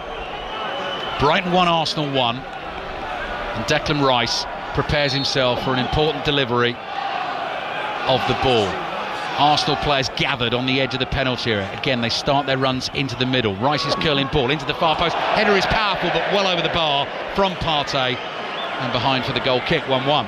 Yeah, just a little bit behind Thomas Partey. It's a hard one to get the exact angle on the ball from Declan Rice, but he's a little bit in advance of it and just can't get over the top of the ball to head it down, and it loops over the crossbar. But, you know, you feel there's going to be another set piece at some point. Corner, something is going to happen in this game. It's just got that feeling. Just over a minute of the 90 to go. The draw for Arsenal puts them on 40 points, 5 points behind Liverpool, who'll have 2 games in hand. One of those they play tomorrow against Manchester United. Don't miss that. Full commentary on that. 5 Live and BBC Sounds. It kicks off at 4:30, and then we've got the League Cup semi-finals, first legs for you next week as well, Tuesday night and Wednesday night. João Pedro running down a cul-de-sac, but runs into a couple of Arsenal bodies, goes tumbling and does win a free kick, and Calafiori now gets booked. So the yellow cards are getting thrown around late in this second half. Yeah, I'm not sure if that's for the reaction of Calafiori or for the foul. I don't think it can't be for the foul, because I think it's the bump earlier from Trossard. I mean, Calafiori doesn't feel like he does much wrong. I don't think he does. I think João Pedro knows he's running into a cul-de-sac and just goes down. But the reaction steaming towards Anthony Taylor, you just can't get away with that. Right, fourth official, Sam Barrett on his way. Very shortly we're going to find out how much added time there is to be played. Free kick for Brighton, midway inside the Arsenal half, on the right as they attack. Ayari runs over the ball.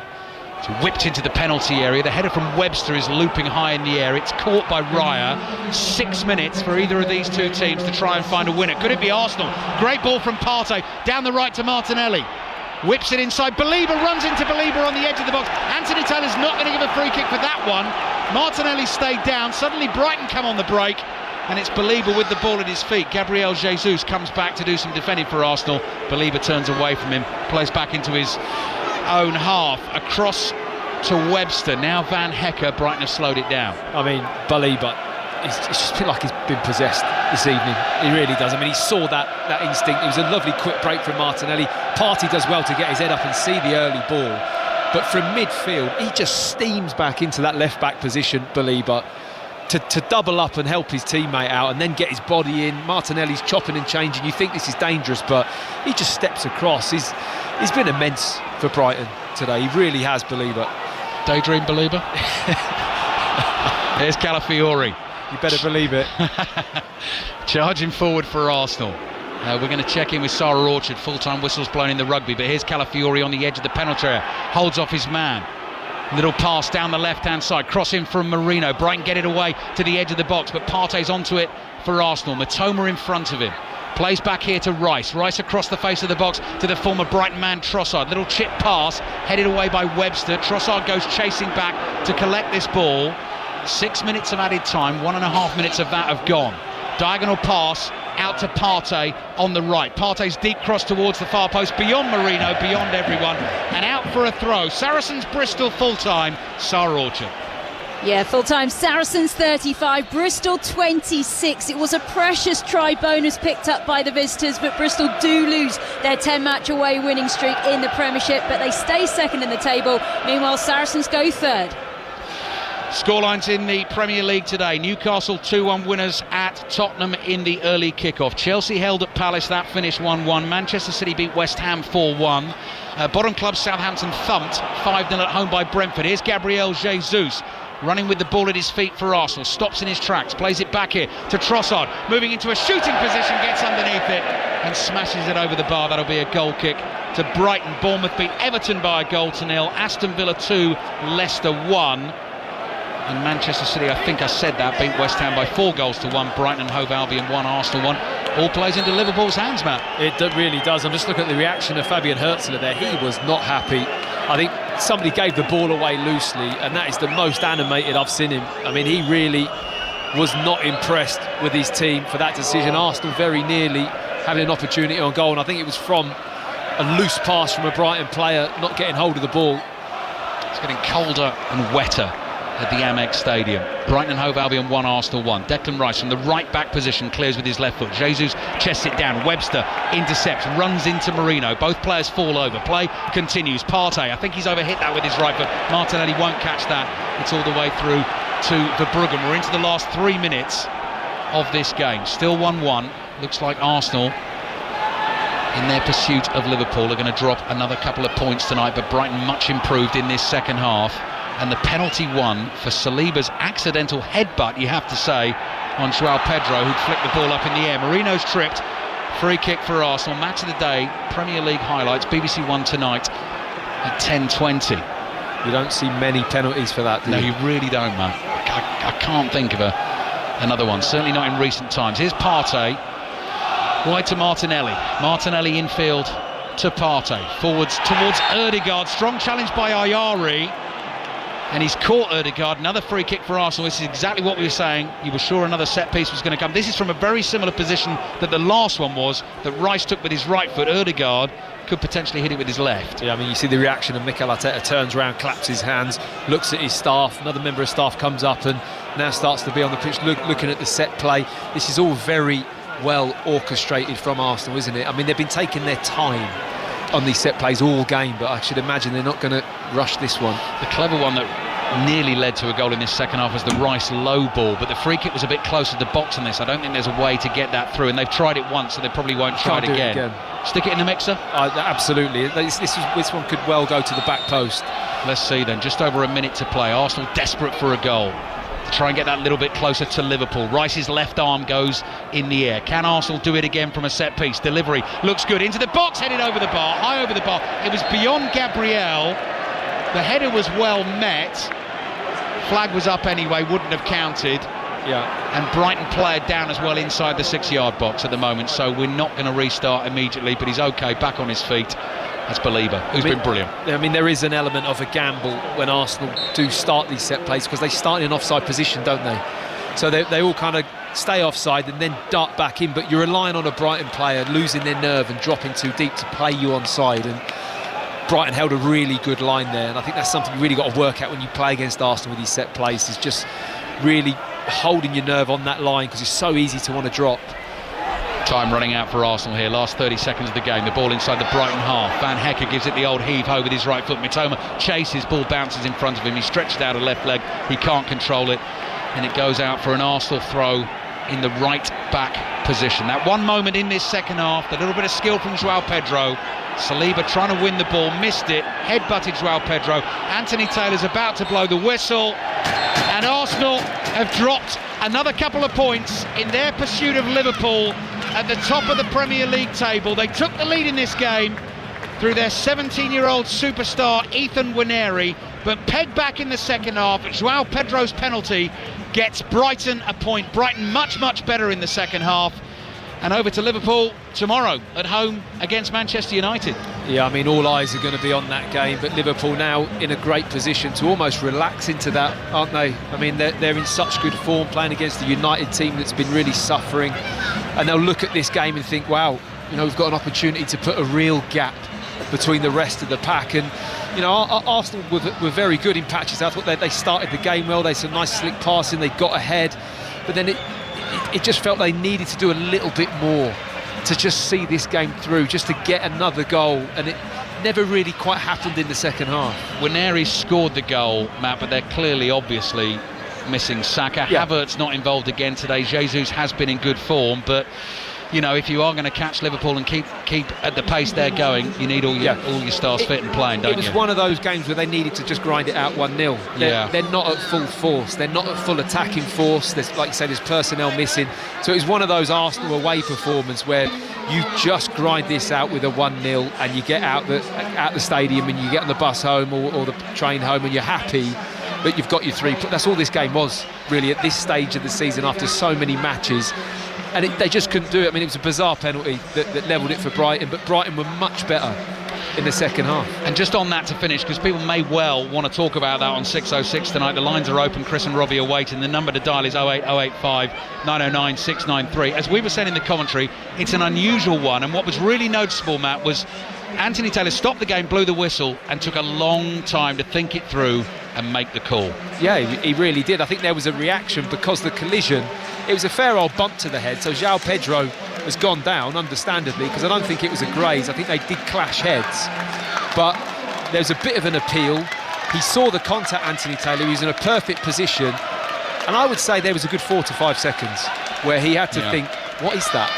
And then whistle goes, penalty. And you can't argue it, because whether or not it's a tap of the ankle or the hip or the shoulder or a clash of heads, if the contact's there and it's enough to stop the opponent and you don't win the ball, I suppose it's technically a penalty.